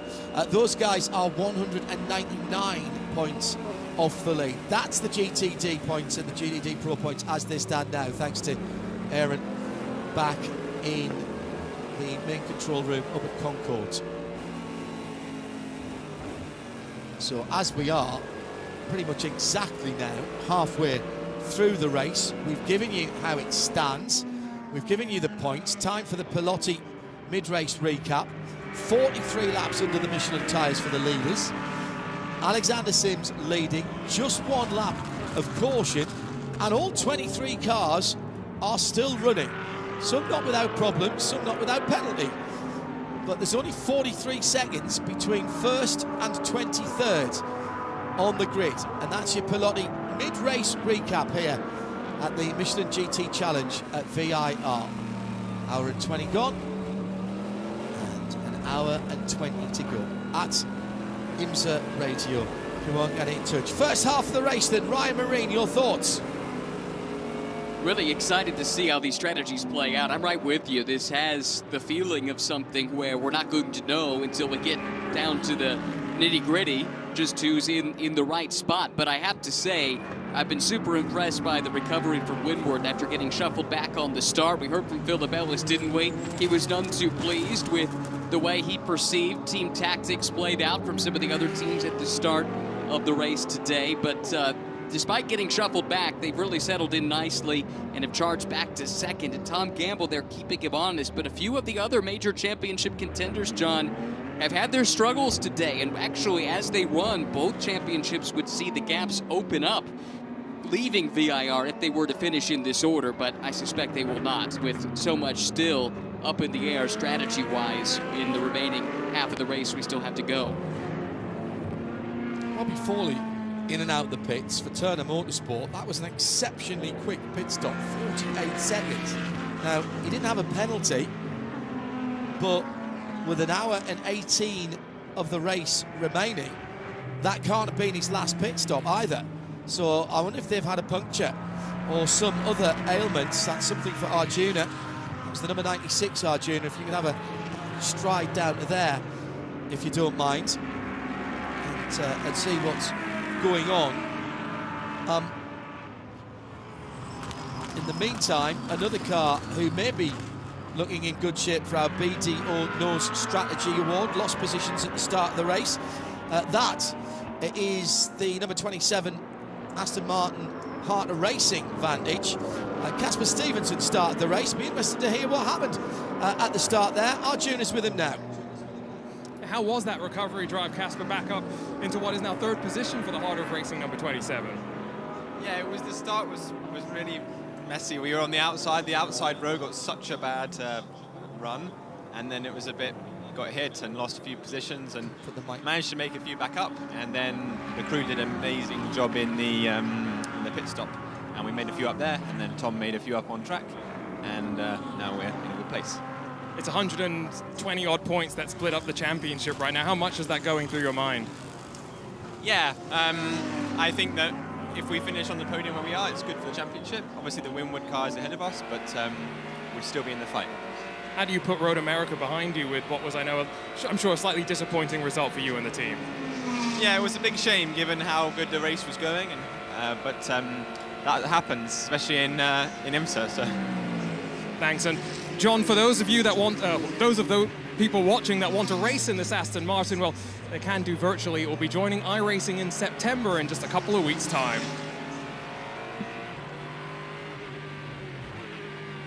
Alex Arjuna down in the pit lane. Chris at Bella Corvette asking, is there any timing and scoring I can look at that shows when the last pit stop was for each car? If you go on the live timing, altmlsystems.com/IMSA, and select the race timing, all of those columns do several things. So right at the far right of that is the pit stop side of things, which can be cycled through to how many pit stops they've had, how many track limits infractions, the total pit stop time, the last pit stop time, and the time passed since the last pit stop. So you can cycle through all of that in that final right-hand side column. Hopefully that helps you, Chris, there at IMSA Radio, if you want to know. Alan Prosser, by the way, reckons that Arjuna's got a button on his mic in a sort of Batman style that emits a cloud of truth gas when he presses it and pushes it next to the drivers. Might be something in that. We need to find out what that is. Eau de truth. Some kind of special perfume mix. Hour and 14 to go then. Saw a little bit of overtaking going on a moment or two ago with Andrea Caldarelli getting past Ben Barnicat. That's for 7th and 8th in GTD Pro and 11th and 12th overall. Farnbach is still leading for Lamborghini, but by just 0.3 of a second. Then Tom Gamble in 3rd, Daniel Surra in 4th in GTD, and Daniel Surra with the fastest lap of the race, or that Conquest Racing car. I think that was Daniel's lap. 1:46.546 against the best of the GTD pros, the leading Corvette, at 1:46.737. So just underlining there that the performance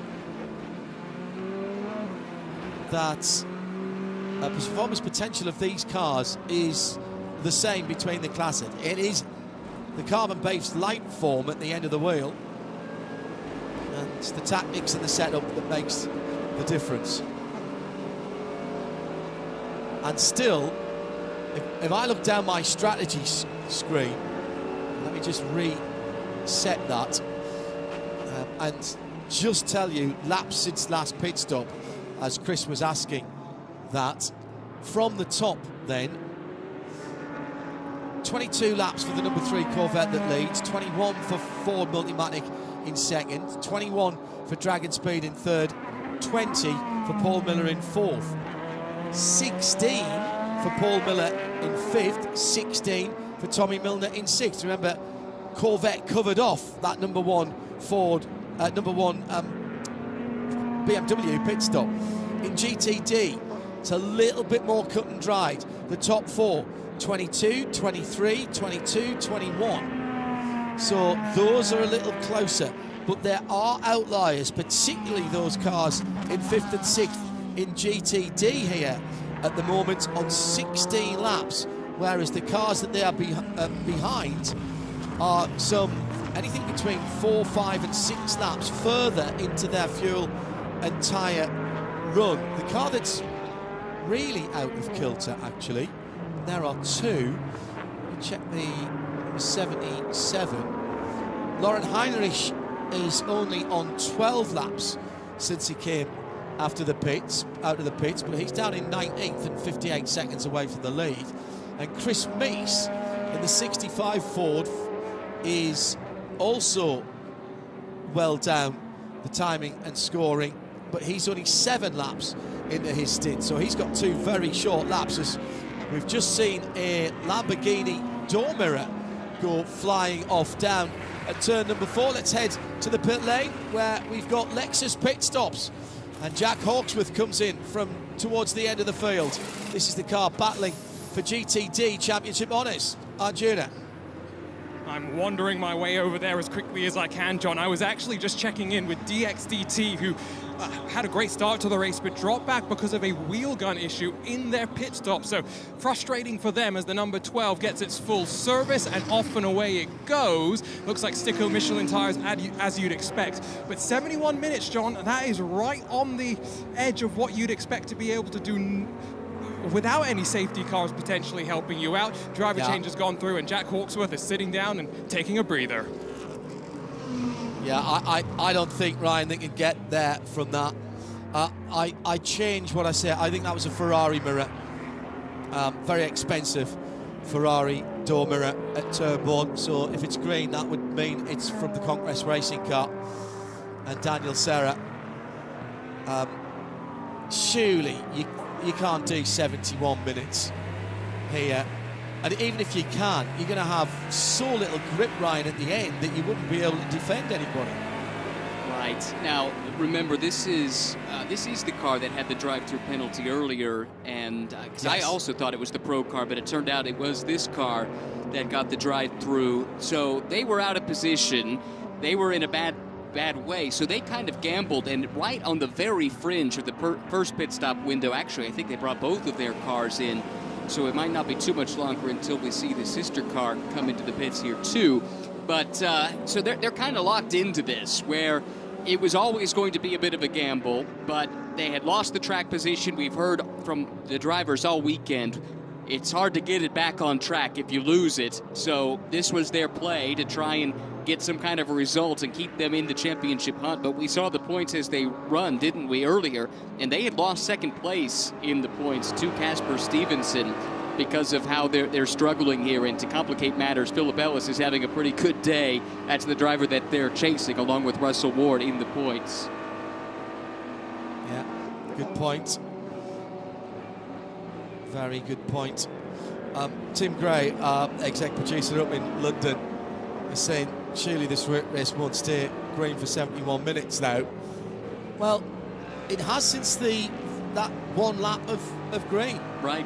That was 17 minutes past the previous hour. We're now at 41, 42 minutes past the next hour, so that's an hour and 5, 10, 15, 20 minutes, so 80 minutes plus at the moment that we've been green.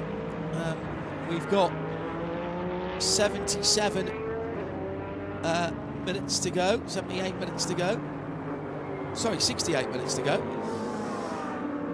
Wow. So it's possible with a field of 23 cars spread out reasonably well at the moment as well. It's a couple of little gaggles of cars, including this intriguing battle. I'm not sure how much of a battle it is right now for second, third and fourth between Mike Rockenfeller and Albert Costa and Madison Snow. There's no really intent moves going between those two. There were a few laps ago, but now it's settled down again. Meantime, we've got the other Vassar Sullivan RCF GT, which is the car with the red numbers, which means Ben Barnicat is in the pit lane, and looks like he stayed in the car Arjuna. That was full service, I presume, as well, with some Michelin tyres, as Fred Scharndorf comes out of the pit lane for Inception. 68 minutes, still going to be tight for those guys. I just don't see it, Ryan. I think that's too early. Yeah, I mean, again, I think it was a gamble, but it's a gamble two ways. I'm reminded by Anthony Florio on X that when they came in, not only was it right on the fringe where they were probably gambling that maybe they could catch a safety car to help make this window work, but also that was roughly around the time that Brendan Uribe had that WeatherTech signage on the front of his car, and I think they probably were thinking, hey, maybe we'll go full course yellow here, and they could catch the rest of the field napping. So thanks to Anthony for the reminder about that. That's part of the reason that they found themselves boxed into this strategy. But again, I think it was a risk worth taking for them because they didn't have the track position anyway at that stage. I'd also like to point out real quick, John, if I could, I think on maybe 2 laps ago, Max Hesse might have had a problem, and actually right on cue, it slows on track again. They had run a slow lap a few laps ago, and Tommy Milner had gotten by, and I didn't know if they were off track or if there was something technically amiss, but the car had stopped again, or at least slowed again a moment ago. Now it seems like it's starting to slowly get back up to pace, but John, not all is right with the 48. Oh, that is incredibly bad luck for that number 48 car. Has dropped 15, 16 seconds and only now getting up to the top of the oak tree. Trying to listen into the engine, see if we can hear anything. Unfortunately not getting the feed from the onboard of that car to hear the engine. It's not pulling the revs though, I don't think, Ryan. And well, what do they do? Hope it clears and leave him out, or do they bring him into the pit lane with 65 minutes to go? Let's just wait to see what is going on. Coming in, and they'll go to another lap. But he's being passed by another car. The Faf Lamborghini goes through Andrea Caldarelli, and that car is not in any way in tip-top, full healthy condition, Ryan Marine. No, I mean, I'll defer to you with anything mechanical, John, but I think even my ears pick up something doesn't sound quite right with that car, and then clearly passed like it was standing still almost by the Lamborghini of Andrea Caldarelli. So yeah, seems like something has happened, and again, it's been a recurring thing now because it's been a few laps we've seen something crop up, which I think should have Paul Miller and that team a little bit worried. Yeah, a 202 when it should be doing 47s and 48s. So, as I said, 10, 15 seconds. Reporting no power, says Arjuna. I'd What say do you we do? saw that. Do you stop it? Do a... Yeah, I think, right. Do you do the full three-fingered salute and do the Control-Alt-Delete? Do you bring it down pit lane to do that? Maybe top it off with fuel at the same time. Meantime, we have got a battle, and Phil Ellis decides that now is the time to step up the pace. It's been a bit full of my leader in all of the classes, but he's putting pressure now on Mario Farnbacher at the front of GTD. This is the overall 6th and 7th, by the way, and leader in the championship in second place at the moment, the light blue and dark blue Forte Lamborghini, looking an absolute picture. The front lighting signature on the Lamborghini Huracan Evos always makes them look like they're sort of squinting menacingly at you and saying, come on, have a go if you think you're hard enough. Which kind of fits with the car's character, doesn't it? AMG sitting in behind now, and Phil Ellis decides to go. He can turn a lot tighter. He may have more grip here as he comes to the left hook. Can he dive down the inside? No. Stays back behind. I wonder if this is... I mean, both of those cars have been out. In fact, I think the Winward car has been out one lap longer than the Forte Lamborghini. Yes, it has. So they're getting down towards an easy last stop right now. Jade Stolar has got the full onboard from Max Hesse and says some kind of engine problem, maybe a turbo, but it sounds really rather sick. You can go to IMSA.com and IMSA.tv, and whether you're in the US or further afield, there are some onboards that you can get onto there and on the IMSA YouTube page. Fred Scharndorf comes in for what will probably be the last stop for the Ferrari of Inception Racing with 62 minutes to go. I'd like to get under 60 minutes here. I really don't want to put the Michelins through a full hour of racing. Little flash of the left-hand indicator from the number 120 Elliott Skier, the latest car to go past Max Hesse, who's just got no pace at all in a straight line. Let's go down to the pit lane and to Arjuna. We spoke to Seb Prio slightly earlier, John. He is getting back into the 64 Ford Multimatic machine as Mike Rockenfeller climbs out. This is an interesting call to do two driver changes, but clearly they feel Seb is the right man to push to the end. Stick of Michelin tires and filling that car up with fuel. I agree with the both of you. I'd want to be on the other side of 60 minutes to feel a little bit more comfortable.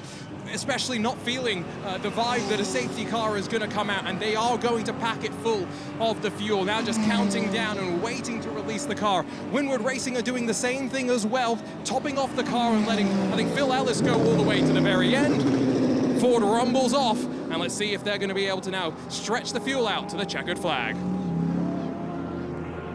Maybe, just maybe, Max Hesse did a rolling Control Alt Delete a lap or so ago.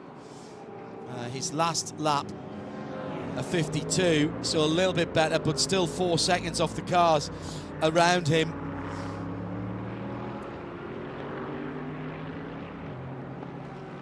Meantime, the number 57 of Phil Ellis has made its last pit stop in that battle at the front of GTD. Yeah, I think that was really smart, John, to undercut here, because they were stuck, I think, behind Farnbacher. And also, remember, they're thinking championship, so Ellis probably doesn't want to put the car at risk, so their best play to safely try and get to the lead is to do the undercut, which I think could be awfully strong.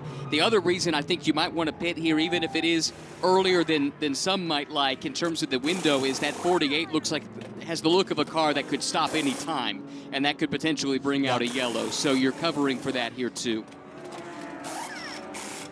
Overall race leader is in. In fact, both Corvettes are in the pit lane. Here's Arjuna, and there is a fire. There is a fire on the right front of the number 48. Spot on from Ryan Marine. We have a full course caution with 1 out to go. Arjuna, you've got these guys in the pit lane. They've timed it perfectly. And it's going to be a race between the Corvette and Dragon Speed. The 3's off and away. The championship leader might grab its first victory of the year, and now just waiting for that fuel to finish off in the Dragon Speed machine. But the 4 Corvette has beat them out by a couple of seconds, and so as we slow down the pace of the race, I'm expecting a very busy pit lane, John, as the rest of the cars that weren't able to get in before the caution flew come back down. I see the Forte Lamborghini off and away. Heart of Racing as well. They seem to be able to have finished their full service without needing to run through pit lane and not stop in their box. There is a trackside marshal with a handheld fire extinguisher. He's not wearing any fireproofs, and he was about to open the bonnet there. He's been waved away by the AMR safety crew, quite rightly. That looks like it's been over-fueled, or no, it's gone. There is an exhaust outlet to the just to the rear of the front wheels on there, but I don't think that's it. That looks like something has given way on the number 48 of Max Hesse. He's pulled it off the track at the bottom of turn 17, the hog pen. And we've got the safety team there. Well done to them for waving away the first person on the scene.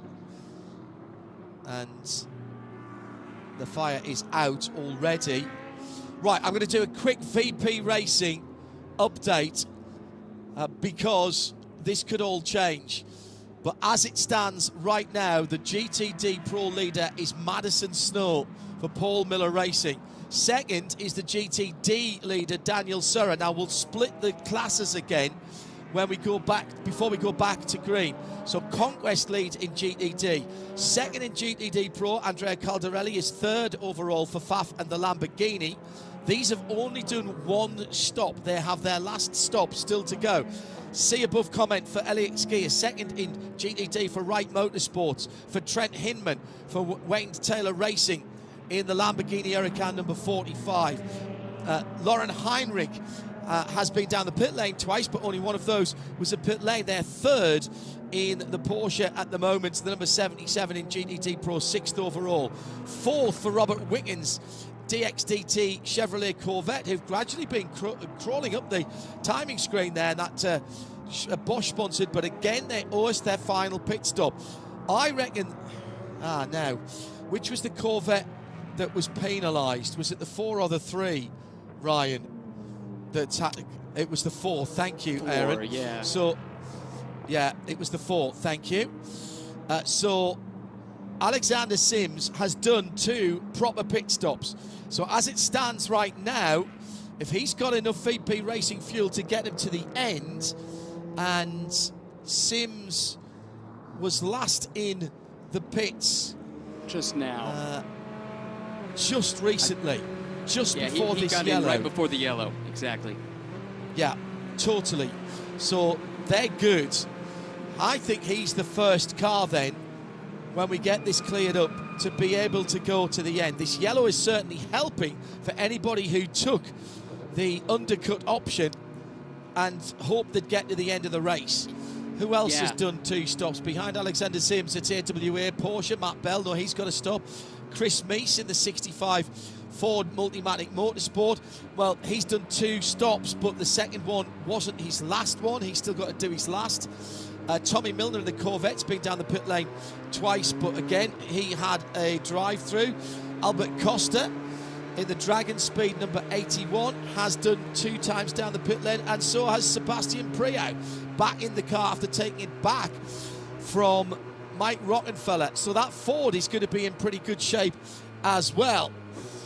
Wow. Wow, wow, wow. It was going to be interesting, Ryan, whatever happened, if we had to go to the end.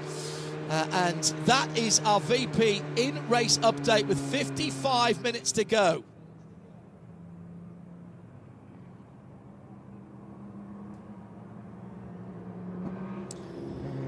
Ryan, the pits are opening, and this has really put the cat amongst the pigeons. It has. Those that got in are looking really good right now, and I think this helps the Lexus guys out too. Remember, we were worried about what their fuel mileage would be. I think if this yellow goes long enough, they should be all right. Before the pits get busy, real quick, want to also cover off in GTD. Philip Ellis with that undercut did leapfrog Mario Farnbacher, so windward after the first lap where they were shuffled back has recovered nicely, and I think they will cycle to the lead in the class. 97 minutes of green flag racing has come to an end now with 54 minutes to go. Arjuna is down in the pit lane as the GTD Pro cars head for their last stops. Slightly unusual to not see both the GT classes down at the same time, but this helps Rexy out considerably as AO Racing are throwing scrubbed Michelin tires onto the 77. Looks like stickers for the 65 as well as the 1 and the FAF Lamborghini. So a bit of an interesting call here. AO Racing thinking these scrub tires will help them, and Rexy beats the Lexus off of pit lane. Paul Miller's number 1's going to roll off 3rd with the 65 and the FAF Lamborghini in tow. But I thought this would help Rexy out. Didn't realize just how much they would gain. Red light at the end of the pit lane, so no one can go anywhere at the moment. They have to wait for the green light at the end of the pit lane. And what? I think Rexy ran through the end of the pit lane. I think that was a red light at the end of pit lane, but certainly everybody behind AO Racing and Lauren Heinrich stopped. Now the rest of the cars are going through.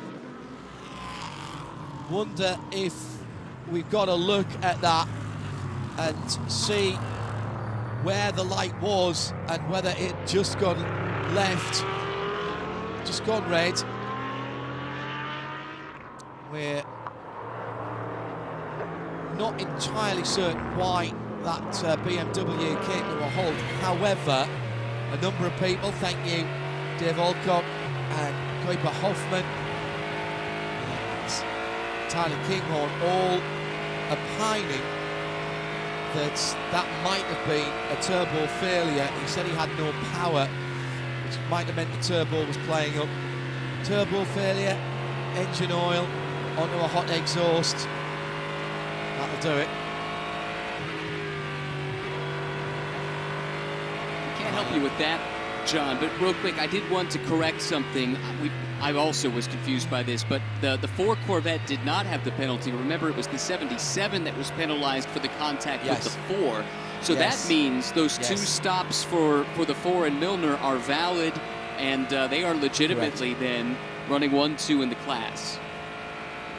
Yeah, exactly so. Thank you for that. Hearing on the Pits to Car radio that Klaus Bachler, check that, Lauren Heinrich for AO Racing is telling the team it was green, it went red, it went back to green. That's what he's saying. Now, at Sebring, I seem to remember, we had some confusion about the pit lane being open or closed for the leading Porsches.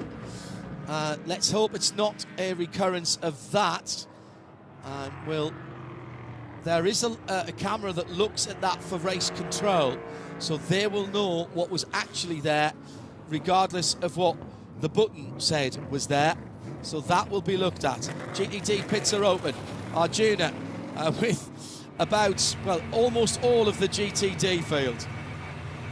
And the 12 Lexus beats everyone out by a country mile. I'm assuming they came in, John, just to top off a bit of fuel and keep themselves a bit safer mentally. Then Turner Motorsports off and away next. They do look like they've done tires, as have the Conquest Racing Ferrari, the Lamborghini for Wayne Taylor Racing, and AWA in that 13. Remember, they were at the back slightly earlier, but they've found themselves in contention with the Bob Aiken Award, the automatic invite to Le Mans, tied in points coming into this weekend. There's a lot at stake between the two Bronze Cup entries in this WeatherTech GT class. The Parker Thompson, number 12 Lexus RCF, had only been out on track for 10 laps. So you're absolutely right. It would have been, even with this yellow, it would have still been a bit tight for them. So they've topped off and beaten everyone who needed more fuel. Fuel goes in at a standard rate. There's a full time for each of the cars, which is also part of the balance of performance. So the sad sight of the BMW Max Hesse becomes the first retirement, actually. As we reported in the Pelotti mid-race recap, we had all 23 cars running at the hour and 20-minute mark. IMSA taking the opportunity to get out the John Deere sweeper and take off some of the tyre debris from off the racing line.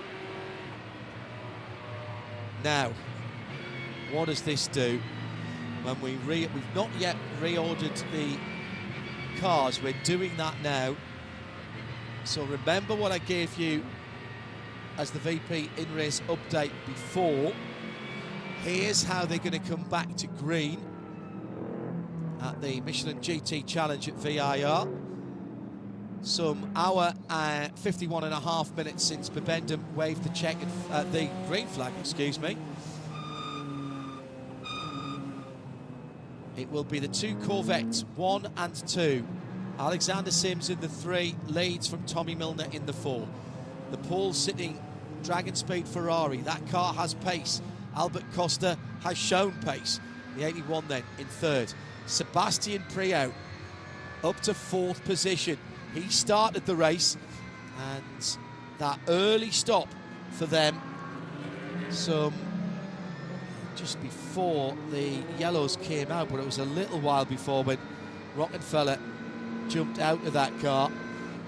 Seb has been in that car now for, I think, 7 laps. But he's got enough fuel for the VP fuel tank. That fuel level in the tank will be fine. Now, Alan Prosser, king of the screen grab, has found a bit of tape that looks like a green light for Rexy, and now we're hearing from race control the pit exit light is malfunctioning. So that report we had from Lauren Heinrich of red, green, red may have been entirely correct. At that point, you would normally put somebody there with a flag if they had known at that point. So, with Max Hesse out of the race for Paul Miller Racing in the 48, let's go to 9th position. Lauren Heinrich for EO and Rexy in 5th. Unlikely to get a penalty then. Ben Barnicat in the number 14, Vassar Sullivan Lexus in 6th. Madison Snow in 7th. Hasn't worked out for them, has it? Staying out. Chris Mace for Ford Multimatic in the 65. Ford Mustang GT, and Andrea Caldarelli for Pfaff Motorsport. Phil Ellis leads the class over Forte Racing. What a comeback from Winwood Racing. Started second, got bumped down to, I think, 9th, certainly 7th or 8th at one stage, and now back in front of the motor race. Russell Ward did his part, the team have done their part. Got to be a BDO No Strategy Award contender. Forte Racing with the 78 Lamborghini, they've done well to hold on to second. Another great bit of driving and strategy from Harter Racing, who also dropped back after that first lap kerfuffle. They're back up into third, and they've been there or thereabouts. Inception up to 4th in the number 70, Fred Schandorf, having taken over from Brendan Arib. Kenton Cook, triage competition, that's another comeback drive for the 021 car. That car with a penalty early on and has done its 2 pit stops. Robert McGuinness will finish the race for the number 66 Ford Mustang of Gradient Racing. He's in 6th position ahead of Parker Thompson for Lexus. Vassar Sullivan, number 12. Robbie Foley for Turner Motorsport, number 96, another car who had a penalty. Daniel Serra for Conquest Racing, the number 34 car, in 9th position, minus a door mirror. Danny Formale in 10th for the number 45 Lamborghini Huracan. AWA in 13th, Matthew Bell now fueled to the end. Elliot Skier in 13th for the Wright Motorsport 120, and the final car running is the DXDT Corvette. In the 36 car is Robert Wiggins. So we'll now have to start thinking, gentlemen, about the BDO Nose Strategy Award. And as I've mentioned those 3 letters, a very happy birthday in advance to Brad Knight from BDO. It's his birthday next week, so it's falling between events. So we'll wish him the best now. And indeed, we do now have a red flag at the end of pit lane, as I suggested would have to happen.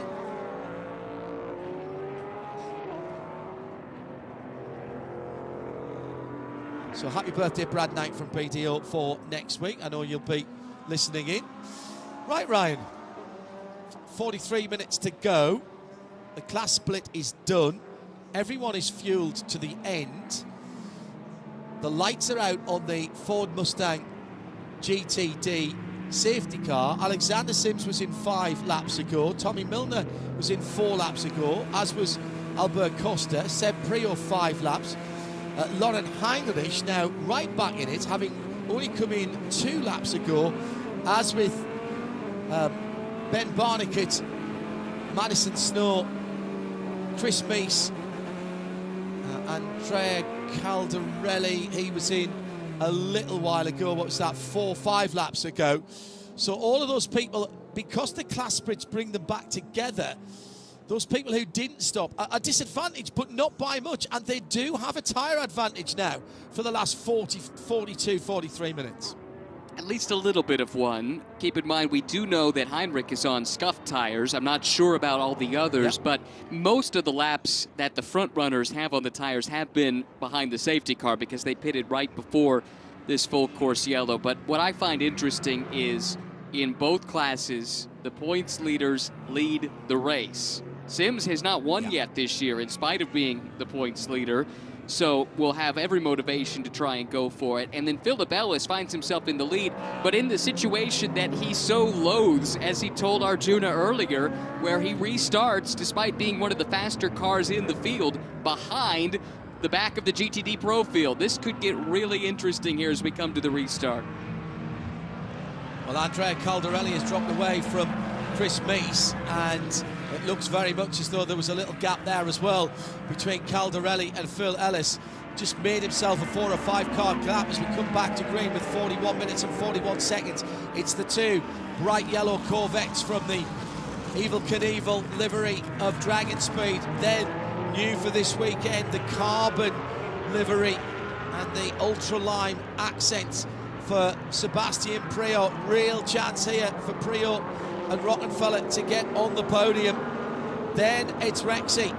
What a turnaround for them. They've not had the pace this week at all, but they knew they could get in the fight if they played the strategy. Some of that was decided for them with penalties, etc. early on, but they have rolled the dice, played their cards in the best way possible. Sims pulls away from his teammate. This is the championship leader.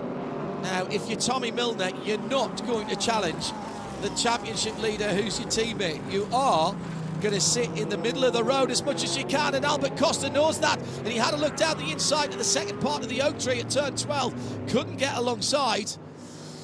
Wow, this is going to get feisty for the next 40 minutes. If we get 40 minutes of green flag racing, A, I'll be impressed, and B, we will have been entertained, Ryan Marine. Yeah, certainly, and this is really important here with the championship in mind, this fight we're watching. Sims is the points leader. The man chasing him, though, and who's been on the tear as of late, is Costa, who sits third.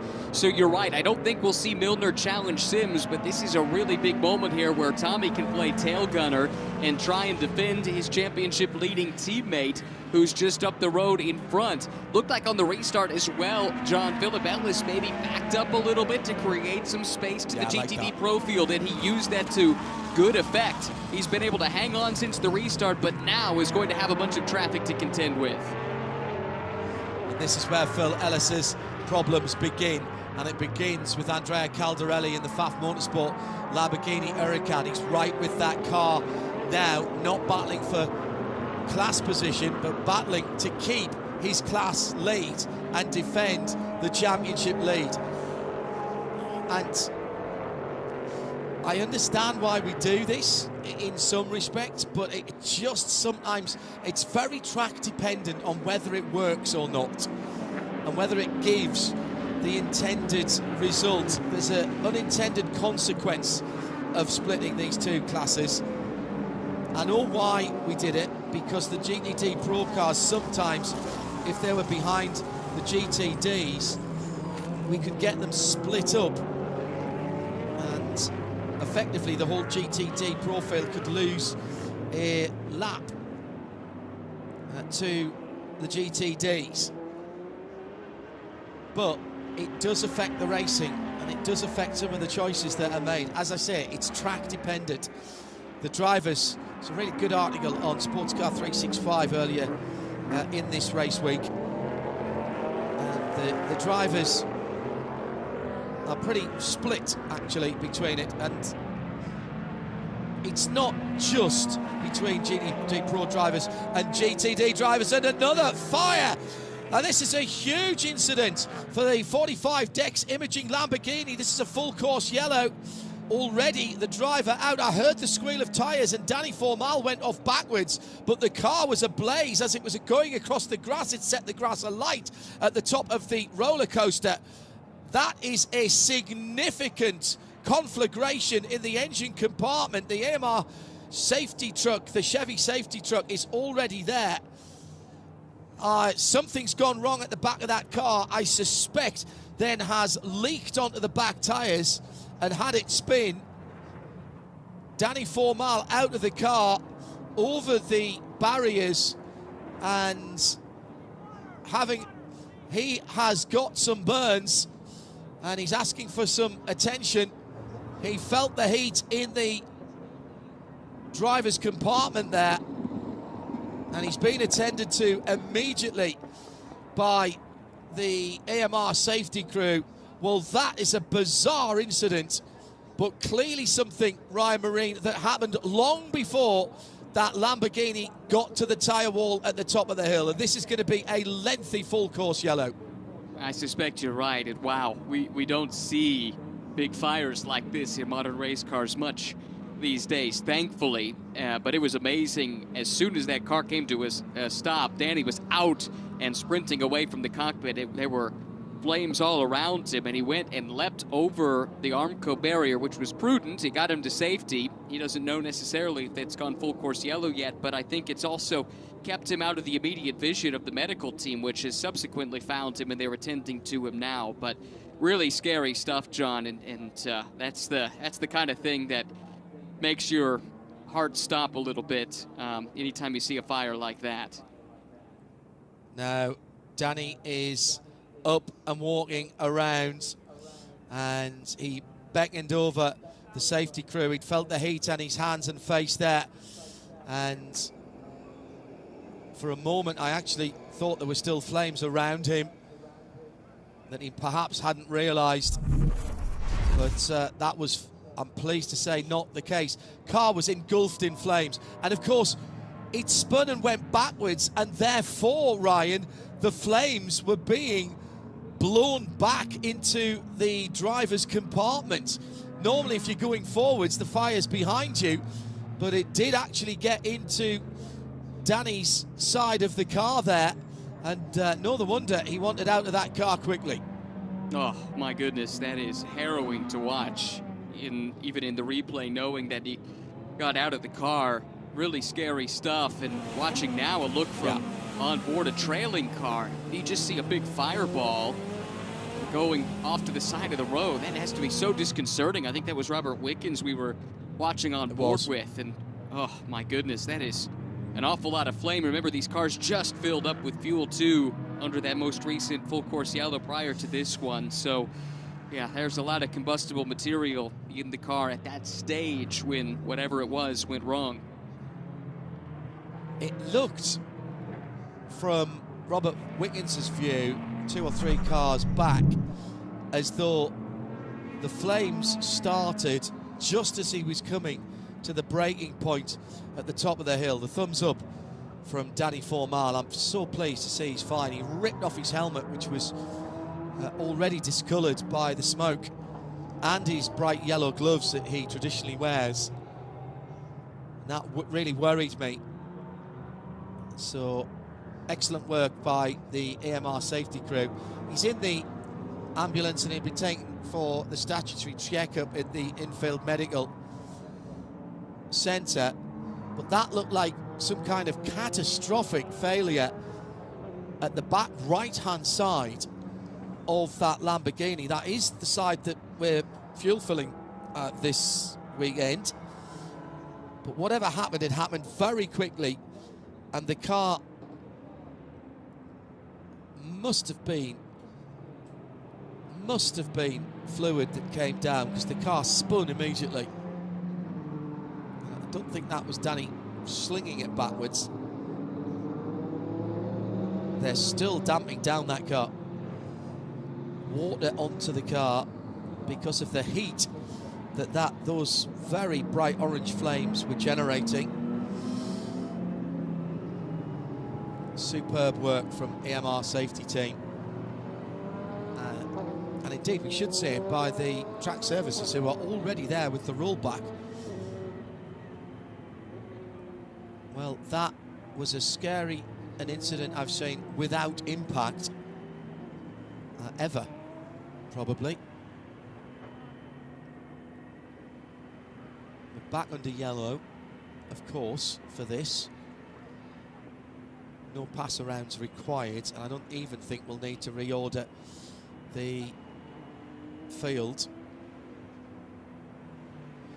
The heat on the car enough to begin to discolour the inside of the windscreen, and enough heat on that to begin to affect the thin plastic tear-off sheets that are put on there, and to bubble some of those up. You wouldn't normally have them applied like that. They're normally see-through. I'm absolutely certain there was a leak in that car as it was going across the grass, because it was trailing at one stage a line of flame and setting the grass alight. Well, the good news is Danny's out and he seems to be fine. Scorch marks all across the roof, the windscreen and the back right-hand side of that Dex imaging car. We'll keep an eye on that as it's recovered back to the pit lane. We're going to get a look at the side that it was the worst on. That's all the way down the left-hand side. Has got very bad heat damage, and particularly around the engine cover and the fuel filler. And there's still water dripping off it, of course. That car will go back to the pit lane. I'm sure there'll be a serious investigation by the team to find out the cause of that fire. Let's pick up some news from down in the pit lane. Let's go to Ferrari and to Onofrio Triasi. Before that, John, just a quick update. Wayne Taylor Racing, no indication in the data on what that cause of the fire was, so they are going to have to dig into that. But let's catch up with the 021, which pitted just before a previous caution and sits in a very good spot in Onofrio. Yeah, we're super happy with our pit strategy. You know, we got lucky with the yellow right there at the perfect time, so we can go through the end full pace. Kenton did a great job making up those 2 spots from 5th up to 3rd, so hopefully we can keep moving the car forward. And has he said anything about how that car's feeling as he looks to try and make it 2 wins in a row for the Ferrari? We would love that. I mean, he's doing a great job out there. He says the car feels great. Obviously, everybody else is pretty quick, so we need to stay clean, no more penalties, and keep going. Obviously, final round of the championship. Petit Le Mans, you'll need an extra driver. Any word as to who you got lined up to potentially join the 021 crew? Yeah, so we have Indy actually next that we'll get to see who's coming into the car at that point. But at the moment, we're going to keep it a surprise, but the car will be there. I tried, John. The truth serum not working. Good job. Safety car lights are out on the liquid carbon Ford GTD. Now, going to have to keep an eye on Phil Ellis again this time to see if he leaves just a few cars lengths between himself and the Lamborghini of Andrea Caldarelli. It worked nicely for him last time. Car obviously drop off half a lap, but he'll want to be there. They are 2 separate classes, so having a slight break between the classes, I think race control will look on that as expedient. Alexander Sims and Tommy Milner, the 2 Corvettes. Albert Costa, Ferrari in 3rd. Seb Prio for Ford Multimatic. And in GTD, Phil Ellis of Winwood. Forte Racing's Lamborghini Triazi competition. Kenton Cook would run back for them. So Kenton made up a couple of places in the short run after the last restart. So they're right in the shout for BD or no strategy as well. Go back to green. Alexander Sims again gets on the power early, hoping that his teammate's going to give him a little bit of breathing space, and he has. Down towards the horseshoe. Rexy pulls out of line to defend rather than attack from Madison Snow, who's back in the fight, and then he goes wide at the exit of turn number 1. Madison Snow in the BMW trying to get round the left, now the right. Big defensive driving by Lauren Heinrich, putting his car exactly where Madison Snow does not want it to be. Decent restart too by Phil Ellis, who was half a second ahead of Mario Farnbacher as they went across the line. 2/10 further back, Kenton Cook. Tom Gamble, another half a second back, and then 3/10 back to Fred Schandorf. We've got a few teams in GTD in particular who are looking at really good results this weekend, Ryan, and a nice clean restart with just on 28 minutes left when we got to the green flag. Well, you rightly pointed out that on the previous restart, Kenton Cook was the man on the move, picked up a couple of spots to get around Tom Gamble and into 3rd. And right now, he's putting a lot of pressure on Mario Farnbacher. That could be the car to watch. And Onofrio Triasi was super quick in clean air with that car after their drive-through penalty earlier in the race. And now they've got the track position back with some clever strategy. They know the car is fast. And Kenton, who told us he wasn't thinking about the championship until we asked him about it, has to be thinking about it just that little bit more now. Although the man everyone's chasing in GTD, the team everyone is chasing, Winward, continues to hold the leading class. It's Ryan Marine in the Ford Performance Global Broadcast Centre with me, John Heindorf. Just a reminder of our Porsche keys to the race. Fuel mileage and the tyres we're going to play into this. It's largely now been negated by the last couple of full course cautions, but it was interesting to see in that, particularly in that nearly 100 minutes of green flag racing, penalties for contact and pit lane penalties. Well, they have played a part, but it's undoubtedly been track position, which was our number one Porsche key to the race, that has been at the forefront, Ryan, of everybody's mind today. There's even been some tricky pit strategy, some short fueling to get people ahead of their rivals. Yeah, if you don't have it, you got to find a way to get it, and oftentimes that's with the timing of the pit stop. Right now, though, that's all done, and it's just a matter of getting it sorted out on track. And Kitten Cook is looking really aggressive. The body language of that Ferrari, John, looks super well sorted, and he had a look to the inside of Farnbacher earlier in the lap. Couldn't quite get alongside, but he does look awfully threatening. Still 25 minutes to go. A lot can happen between now and the checkered flag. And the checkered flag, remember, is just the end of the race, but the start of the conversation. Hashtag Michelin PRT, and your questions, points of order, points arising will shape that post-race show. We'll get some interviews as well. And we'll go to the pit lane now.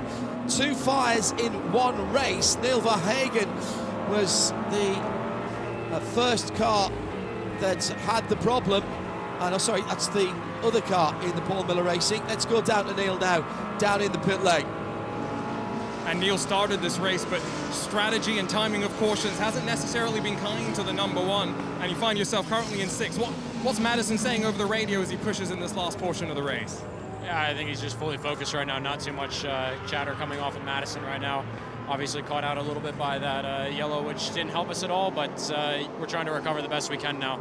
Do you have any word on what happened to the 48 just yet, or is that still an investigation in progress? No, there's no words yet. It's still under investigation, so we need to figure out what the issue is there.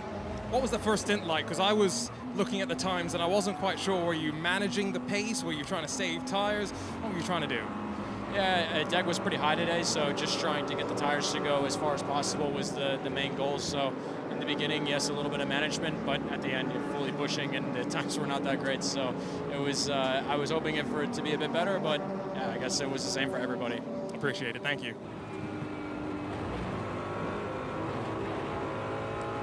That team with mixed fortunes today ran 1 and 2.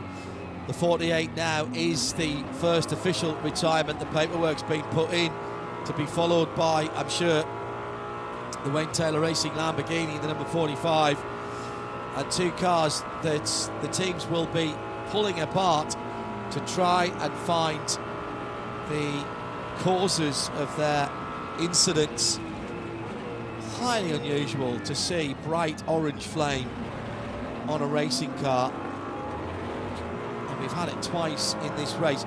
Should point out the safety systems of both of the cars clearly did kick in, and the AMR safety crew,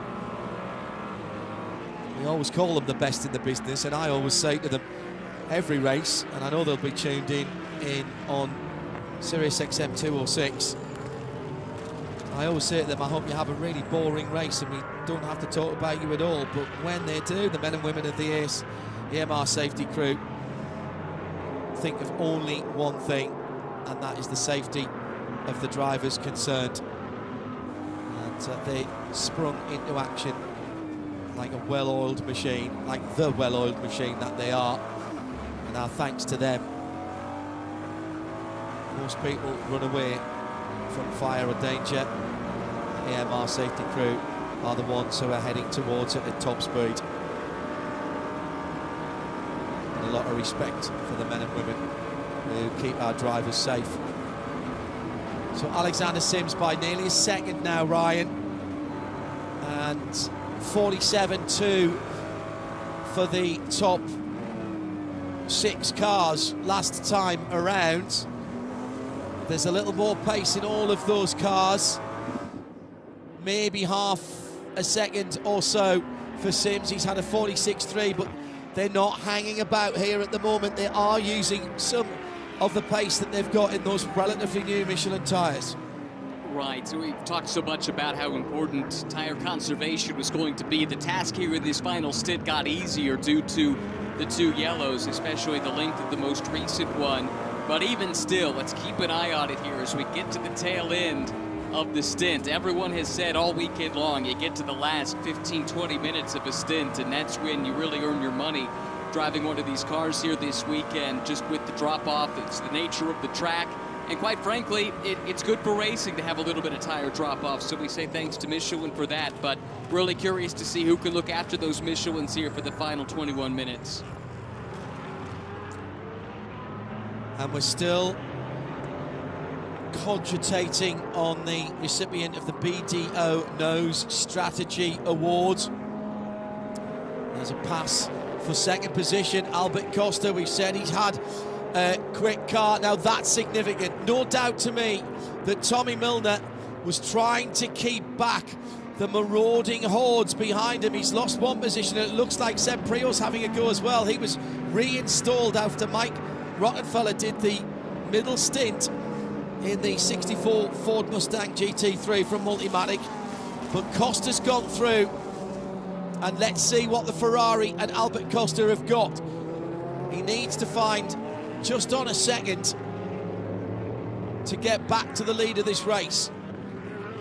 Confirmation of that new second place then. Albert Costa goes through and is already flashing the lights, almost telegraphing to Alexander Sims, you haven't got your backstop.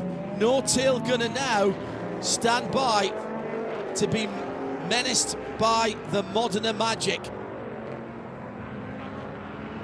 And another Ferrari that's lost a door mirror. They do stick out slightly further than the side of the car. They're a thing of great beauty, I've got to tell you, because they're aerodynamically tuned on the GT3 cars, and they are a bit vulnerable out there, and the carbon fibre has been snapped off, and the red of the signifying that it's a GT Pro car, of course, the red door mirror has disappeared from the driver's side, so possibly not the most important one there.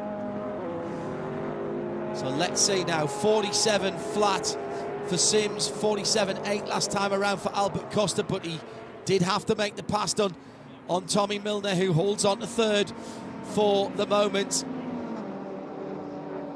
Looks like the gap is remaining fairly constant. Alexander Sims will have had the word that now it's the Ferrari behind him in GTD. Phil Ellis still hasn't got by Andrea Caldarelli, and he's half a second behind him. No, check that, he's a second behind him now. So he's got some breathing space ahead of him, but Mario Farnbacher, super Mario Farnbacher, in the Forte Racing Ferrari is only half a second back, and then it's Triage's Kenton Cook in the championship conversation now. He's another 2/10 further back, and Tom Gamble also with the Aston Martin Vantage and Casper Stevenson in the conversation for that GTD Drivers' Championship. He's another 1/10 back. So the top four in GTD separated by just on 6-7 tenths of a second. Plenty of action going on here with the last 17.5 minutes still to go. New fastest lap of the race, Albert Costa. There's your answer, Ryan. 46.6 against a 47.2. 8 tenths taken out of the leader, but Alexander Sims had the bit of the hurry up, and he'd stretched the lead. It's back down to 1.1 seconds now, but Costa has had the word. He knows what his job is right now, and the job is to close down and pass that bright yellow car ahead of him. Costa inching closer, sector by sector. Took another 10th or so off through sector 1.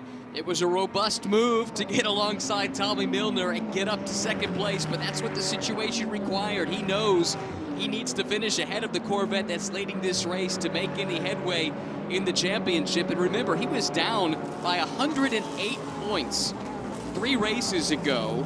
this being the 4th now in this stretch. He's been on the podium 3 straight times. That's allowed him to cut the deficit down into about the 30-point range. It's actually less than that with the qualifying points that he got, courtesy of Giacomo Altoe in qualifying yesterday when they scored the pole position.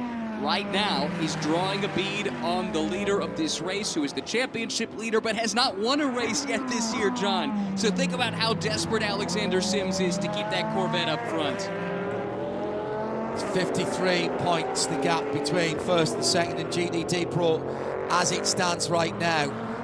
And another 140-odd back to Bachler and Heinrich in third. They're 191 off the lead. Kenton Cook has got to be closing in as well for Triazzi. Remember, he's raced for 2 different teams this year, but he personally does get the points for the Drivers' Championship. So he is closing in as well, and at the moment Kenton is the next best scorer.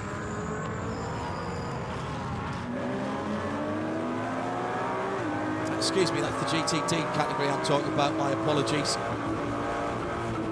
So close in both of the championships. So the 3 Corvette team leading the championship. Albert Costa on his own in the number 81 car because of the rotating policy on co-drivers. Alton scoring the pole, but both drivers get the points for that. It should be mentioned, not just the qualifying drivers. Now that battle for the GTD lead getting spicy. 4 cars, make that 5 cars now with Inception hoving into view. Fred Schandorf wants a little bit of the action at the front of the field. And he's bringing with him Robbie Foley, who has Robert McGuinness behind him. This GTD battle is forming up line astern from Phil Ellis, Ryan.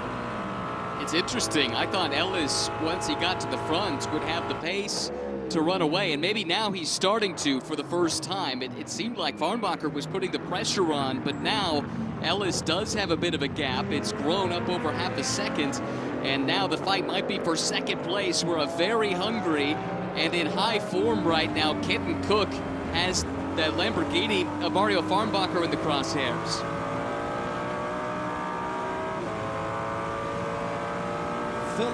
Philip Ellis is one of those drivers who, no matter what's going on around him, he always seems to have an excess of processing capacity, if that makes sense. I often say about all drivers, but particularly drivers who work like Philip, they are clocked at a different speed, to use processing terminology. And I just wonder if he has deliberately been pacing himself and possibly even backing up Mario Farnbacher into Kenton Cook and Tom Gamble and Fred Schandorf et al., so that battle starts to heat up a little bit. He's also given himself a couple of seconds now, 2.5 seconds, on Andrea Caldarelli. Lost half a second to Caldarelli on the last lap, so he has got some room to accelerate into if he does come under pressure. Let's see how that one plays out in the last 12.5 minutes. And Kenton Cook, by dint of where he is at the moment, is 248 points away from Russell Ward and Phil Ellis. That's just over 50 points away from Casper Stevenson, who's on his own in second position, some 101 points behind the GTD leaders as they stand at the moment. We've got 12 minutes to go. Let's head into the pit lane. Here's Arjuna. A quick catch-up with Rexy and Klaus Bachler after a penalty early and then having to make the strategy work to get up to 5th position. I know you haven't necessarily had the pace this weekend, but is this the best result you could really salvage? Yeah, I mean, it's not over yet. Still 10 or 15 minutes to go. For sure, P5 is not something we need in terms of fight for the championship if your contenders are P1, P2, but in the end, nothing we can do. We don't have the pace, we don't have more in like this. I think when you watch, you can see it. We cannot really follow the others on the straight line, and we just try our best. And the car was amazing. The team does an amazing job, and yeah, we can just hope for the next races that it gets better. One of the things I noticed on pit lane was that scrub tires went on to Rexy in that final stint. Is that something you guys feel benefits the car as opposed to stickers in the closing stages? Yeah, it helps us. Maybe it's because of our concept, but it's not a big difference. But in the end, we just tried. Thanks, Klaus. Thank you. Certain sense of resignation there from Klaus Bachler, but still prepared to talk to our junior counterparty, doing the hard yards in the pit lane. Air temperature now 30 Celsius, which is 86 Fahrenheit, 99 Fahrenheit on the track. We've had some prolonged sunshine on the track, so that's coming up. And half a second taken out of the leader by Albert Costa last time around, and the gap is about 0.3 of a second by my eyes as they come onto the front stretch now. Ryan Marine, we've got a battle for the last 10.5 minutes. We certainly do. Now that he's clear of Tommy Milner, Albert Costa can just focus forward on trying to close in on the Corvette. The lead down to 0.7 of a second now with still 10 minutes to work with. This is a former class winner at the 24 Hours of Le Mans. He won his class at Petit Le Mans last year from Barcelona, Spain. Albert Costa, what a season he's put together here with the Dragon Speed team. Their first full season in GTD Pro, and they are very much in the title fight. This is the battle for the championship. It's also the battle for the race win. It's nice when those things kind of work out at this stage of the season, so we don't have to have too many different storylines going at the same time. Checkered flag will end the race and start the conversation for Michelin post-race tech. Hashtag Michelin PRT. And if you're watching on the world feed or on the video player at IMSARadio.com, switch over to RS2 on the audio player. We'll use your comments and questions in our post-race tech show. Michelin post-race tech then at the conclusion of our world feed TV. We'll have some interviews from down in pit lane with our junior. Wayne, our junior, and I will pick through what we've seen and use your comments and questions to shape that show. 1 lap difference in terms of tyre life between the Corvette that leads and the Ferrari in second. The advantage by 3.5 miles is with the car in second place and Albert Costa's Dragon Speed Ferrari. So what I'm saying really is there's no advantage tyre-wise. They are both now, of course, mid-engined cars, and they both now have 8.5 minutes, which is going to be about, it's either 5 or 6 laps from here. Actually, the computer is predicting 4 laps from here. It will very much depend on when they come to the white flag and how much time is left. Phil Ellis has stretched his lead to 0.6 of a second as the inception ration comes in. Now this is interesting. One of the things that Bob Barfield was talking about in the drivers' meeting, as well as contact, was moving under braking and blocking. And Fred Scharndorf has been booked for blocking. And that is key in the Bronze Cup race because they are now behind AWA, and they came into this weekend, Ryan Marine told us, tied on points for that prestigious invitation to Le Mans next year. Yeah, that is massive. Really good eye there, Sean, to pick that up because we really haven't seen much of the AWA car. It seemingly hasn't been their day, and a 10th place finishing class isn't really what they came for, but if they can finish ahead of their rivals going for that award, for that automatic invitation to Le Mans, that turns a mediocre day into a really good day. So that is a costly penalty for Scharndorf, who at the time was embroiled in a battle and had been. We got glimpses of it for a few laps with Robbie Foley for Turner Motorsport, but ultimately was deemed to have moved in a manner that was not to the liking of race control, and he's made his trip down the pit lane. Picking up with the pace by Phil Ellis, has stretched his gap to 0.6 of a second at the head of the GTD field. It's a Lamborghini in the hands of Mario Farnbacher in second, and the 0-21 Triazzi Competizione and Kenton Cook. But he's under pressure now from Casper Stevenson's teammate Tom Gamble, who's racing for Casper here. Again, there's been a variety of core drivers with Casper this year in the Heart of Racing Vantage. Got a couple of situations where drivers singly are in contention for the championship. It used to happen years ago that only the driver who qualified got the qualifying points, but in the previous iteration of IMSA in the American Le Mans Series, that didn't seem at all fair. So that was changed over quite a few years ago now. I think that's much more equitable that both drivers get the qualifying points. Clearly both drivers can't qualify every race. Those additional points, as we've chronicled, can be really important. Now, where is the back of the Caldarelli Pfaff Motorsports Lamborghini? Answer, not that far up the road. And what was a couple of seconds has definitely come down. Meantime, here's the battle for second in GTD, coming up the long back straight to the top of the roller coaster.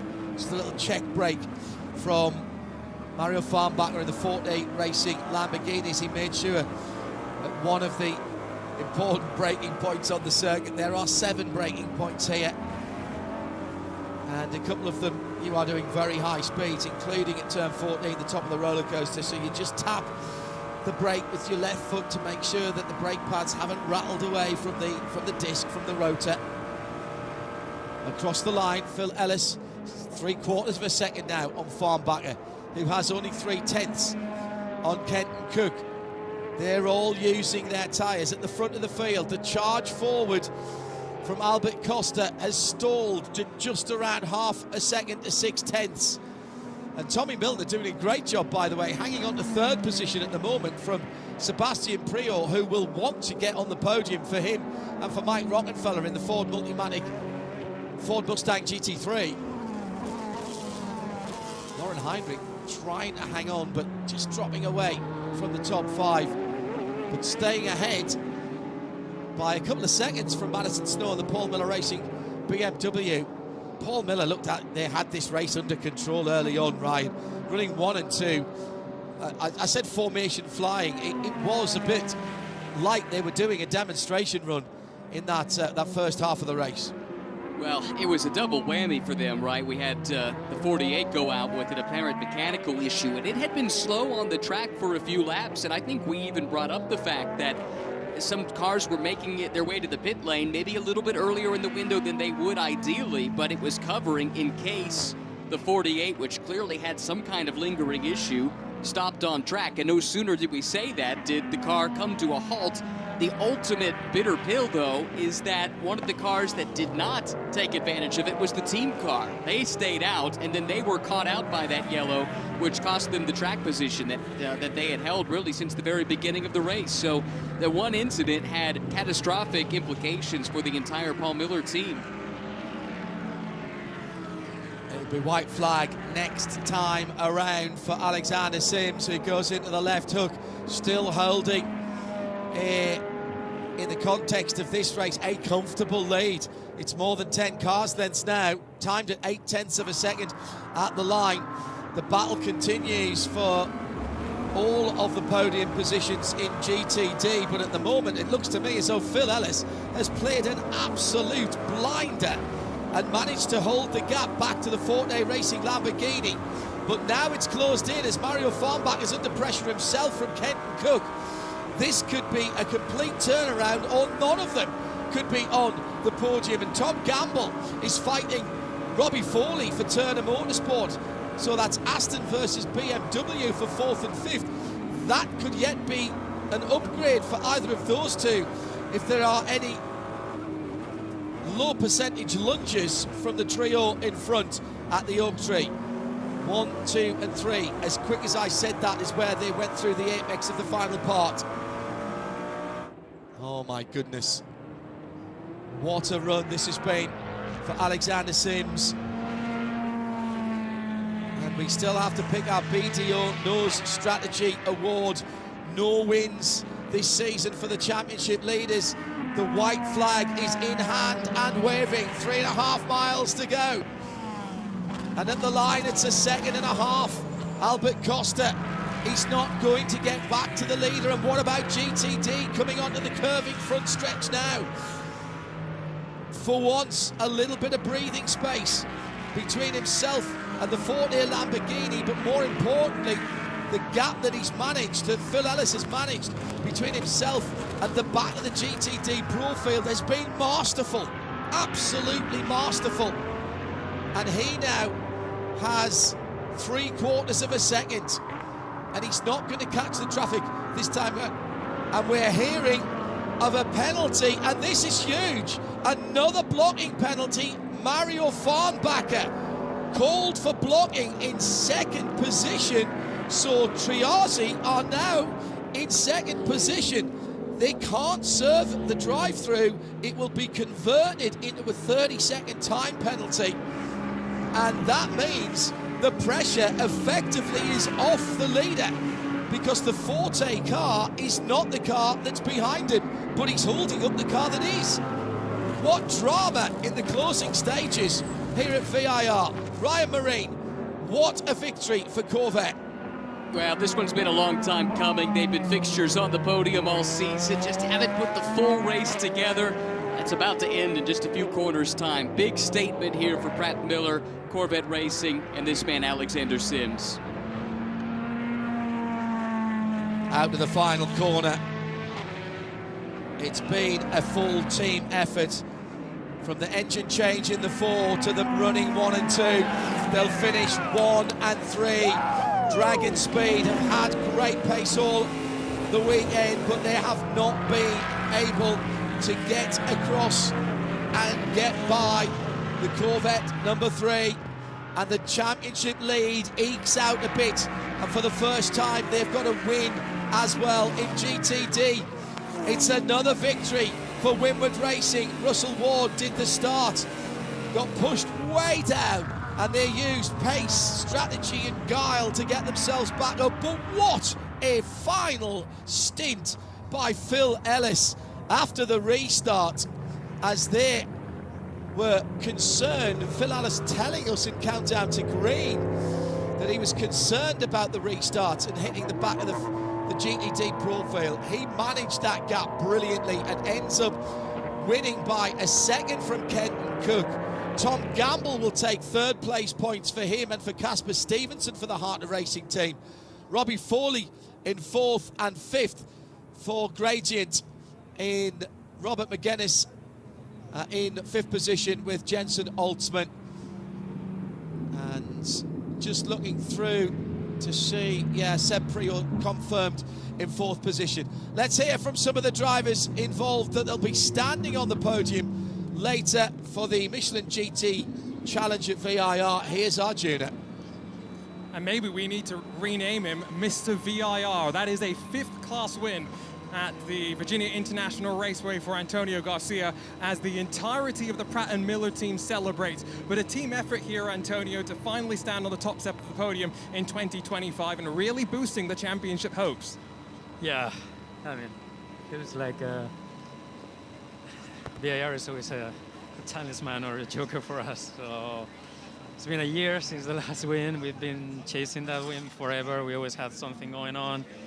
Some, I don't know, damage, this and that, but perfect race. I mean, we really pay out at the beginning of the race where we jump everybody on the pits, and then flawless race. Bit like in the last yellow probably, but yeah, very, very happy. Alex drove a fantastic job.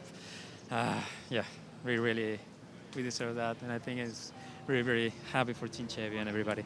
And it's a proper team effort, right? Because you've been part of this Pratt & Miller effort for a long time. 1 and 3, a double podium as well for the team. Oh yeah, I mean, it's always good. Good for the manufacturers. It's a shame we couldn't get a 1-2. That would have been maybe like the last piece of the cake. But I mean, I think we have to be proud with today's race. Drink it in. Congratulations. Well, that's blocking penalty Sticks Mario Farnbacher all the way to the back of GTD just to confirm then Windward extend their championship lead. Kenton Cook into third position in the championship chase with that second for Triazi competition. Remember, he started his championship with another team. Tom Gamble bringing home points for his Heart of Racing teammate Casper Stevenson, who's also in the Drivers' Championship points race in GTD. And at the front of the field, the top 9 were all the GTD Pro cars after the restart. Corvette and Pratt Miller 1 and 3. Some brilliant pit work, some brilliant strategy, and keeping the Ferrari at bay. You've got to give Tommy Milner some credit for that as well after that final restart, because those 3 or 4 laps that he held Albert Costa back were key. Sebastian Priaulx with Rockefeller up into 4th, then EO Racing with a car that had no right to be in 5th position on pace, but they'll take some points out of that. No luck for Paul Miller Racing. The number 1 car in 6th position had better pace than that, and of course the fiery end to the 48. Chris Meese and Fred Verviche with no luck at all. See above comment for the Lexus and the Lamborghini. But Phil Ellis and Russell Ward extend their championship lead after a topsy-turvy race where Russell Ward was bumped down the field at the start. He's down on the pit wall with Arjuna. Congratulations, Russell, but tell us about that opening stint of the race and dropping back and then fighting your way back forward. Yeah, I mean, it's something I think we've, spoken about before. It's, you just get stacked up by the guys in front. I mean, you put in a good performance in qualifying, and then you have to, just give it up to somebody who's slower. So it's pretty frustrating, especially when you've got the sister car of our main competitor right in front of you. It's rough. So, it's lucky we were able to rebound from that, because, without the awesome pit stops that the guys put in, I don't think we would be up here. So, hats off to the Windward crew for getting us back up there. First win since Laguna Seca, 2 rounds left to go in the championship. Momentum's on your side, isn't it? Yeah, absolutely. And, now it's perfect. So, exactly where we wanted to be. He's going to go find Russell Ellis and celebrate in victory lane as the Windward 57 pulls its way in towards the podium, John. Yeah, Russell Ward there with Phil Ellis just coming in to the pit lane. We've got to award the BDO No Strategy Award, just one for the 2 GTD classes. We've got nominees up and down here, Ryan. Certainly both of the Corvettes, possibly the Ford Multimatic racing car, EO Racing in 5th position, and in GTD, Windward, Triazi, Heart of Racing, all could be in with a shout. Where's your vote going? Well, in my mind, I think Corvette Racing deserves the call because, as we heard from Garcia a little bit earlier in the show, he was pretty clever, saving some fuel early in his first stint that made for a shorter early pit stop that got them some track position, and then they came in towards the early part of the window, but while the 48 BMW was having its problems, and consequently they got to the front of the field because of that call. They had made their pit stop when the race leaders had not. That cycled them to the front, and they never relinquished the lead from there. So it was a multifaceted strategic approach, and I think they hit it out of the park on every opportunity. Arjuna, agree, disagree, throw someone else in the pot? Hard to disagree, but I'll just throw another name out there because I want to give a shout out to Turner Motorsport. They had one of those early penalties in the rash of race control decisions that we thought was kind of setting the tone, and they fought their way back, John, to 4th position. Robbie Foley in pit lane, a remarkable 4 times. That's the best result for Turner Motorsport this season.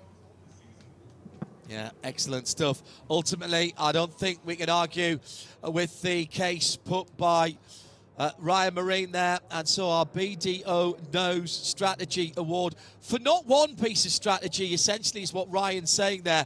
That started at the start of the race with Antonio Garcia. They had talked about it, and they had planned for it, if you will, and they executed it. So the winner of the race, somewhat unusually, wins our BDO Knows Strategy Award. Congratulations to Antonio Garcia, to Alexander Sims, and to the whole of the number 3 Corvette Racing by Pratt Miller team. Let's take another interview before we wrap things up here at the Michelin GT Challenge at VIR. Alexander Sims and Antonio Garcia are celebrating, John, by putting that winner sticker on the car for the very first time. And I'm going to walk around and steal Alexander after a very impressive drive to the very end. Alexander, talked to Antonio a couple of minutes ago. First win in 2025. How does that feel? Pretty awesome, honestly, to get our first win with Pratt Miller and Corvette in this program this year is great. It's been a good year so far, I've got to be honest, but nothing beats a win. So it's a really nice feeling with just a couple of races to go. It's a nice place to be. How draining was that final stint for you? Because I can see the sweat coming off you right now. Yeah, honestly, when Albert got past Tommy, I knew they were going to have some pace, and I had to do quali lap after quali lap there. Thankfully, I was able to keep the consistency. Towards the end, the tyres were starting to heat up pretty hard, just because of the nature of the circuit here. But yeah, great job by Pratt Miller. As I said, awesome to get our Corvette the first win of the year. Congratulations. Well, we'll keep our journey down around Victory Lane for some more interviews, which will come up on RS2 via the player at imsaradio.com as we hand the PA back to our colleagues here at VIR. Some final thoughts from you, Ryan, before we head to Michelin post-race tech.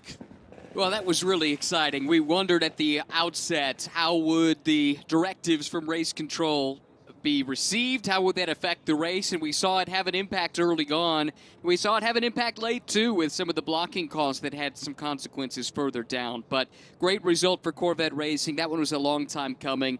Big for them in the championship. Helps to stem the bleeding a little bit as Albert Costa had been closing in. And what about Windward? I mean, this season that they're putting together, very similar to last year, where they've just been super consistent all year long, but when the opportunity strikes, they're there to take the win. And I'd like to give a call as well to Gradient Racing. They come home fifth. Final race for this sprint pairing of Altsman and McGuinness. They had not finished better than 10th all season, John, so a fifth place result for them today. A great way to cap off their portion of the IMSA season. Stay tuned for Michelin post-race tech. My thanks to everyone involved in our race broadcast, whether on-site at Concord or back in London. Once again, the Michelin GT Challenge at VIR has given us the opportunity to focus in very tightly on the cars that we'd all like to have in our dream garage. Corvette have come out on top. Antonio Garcia is still the king of VIR. I'm John Hindorf. We'll see you in post-race tech.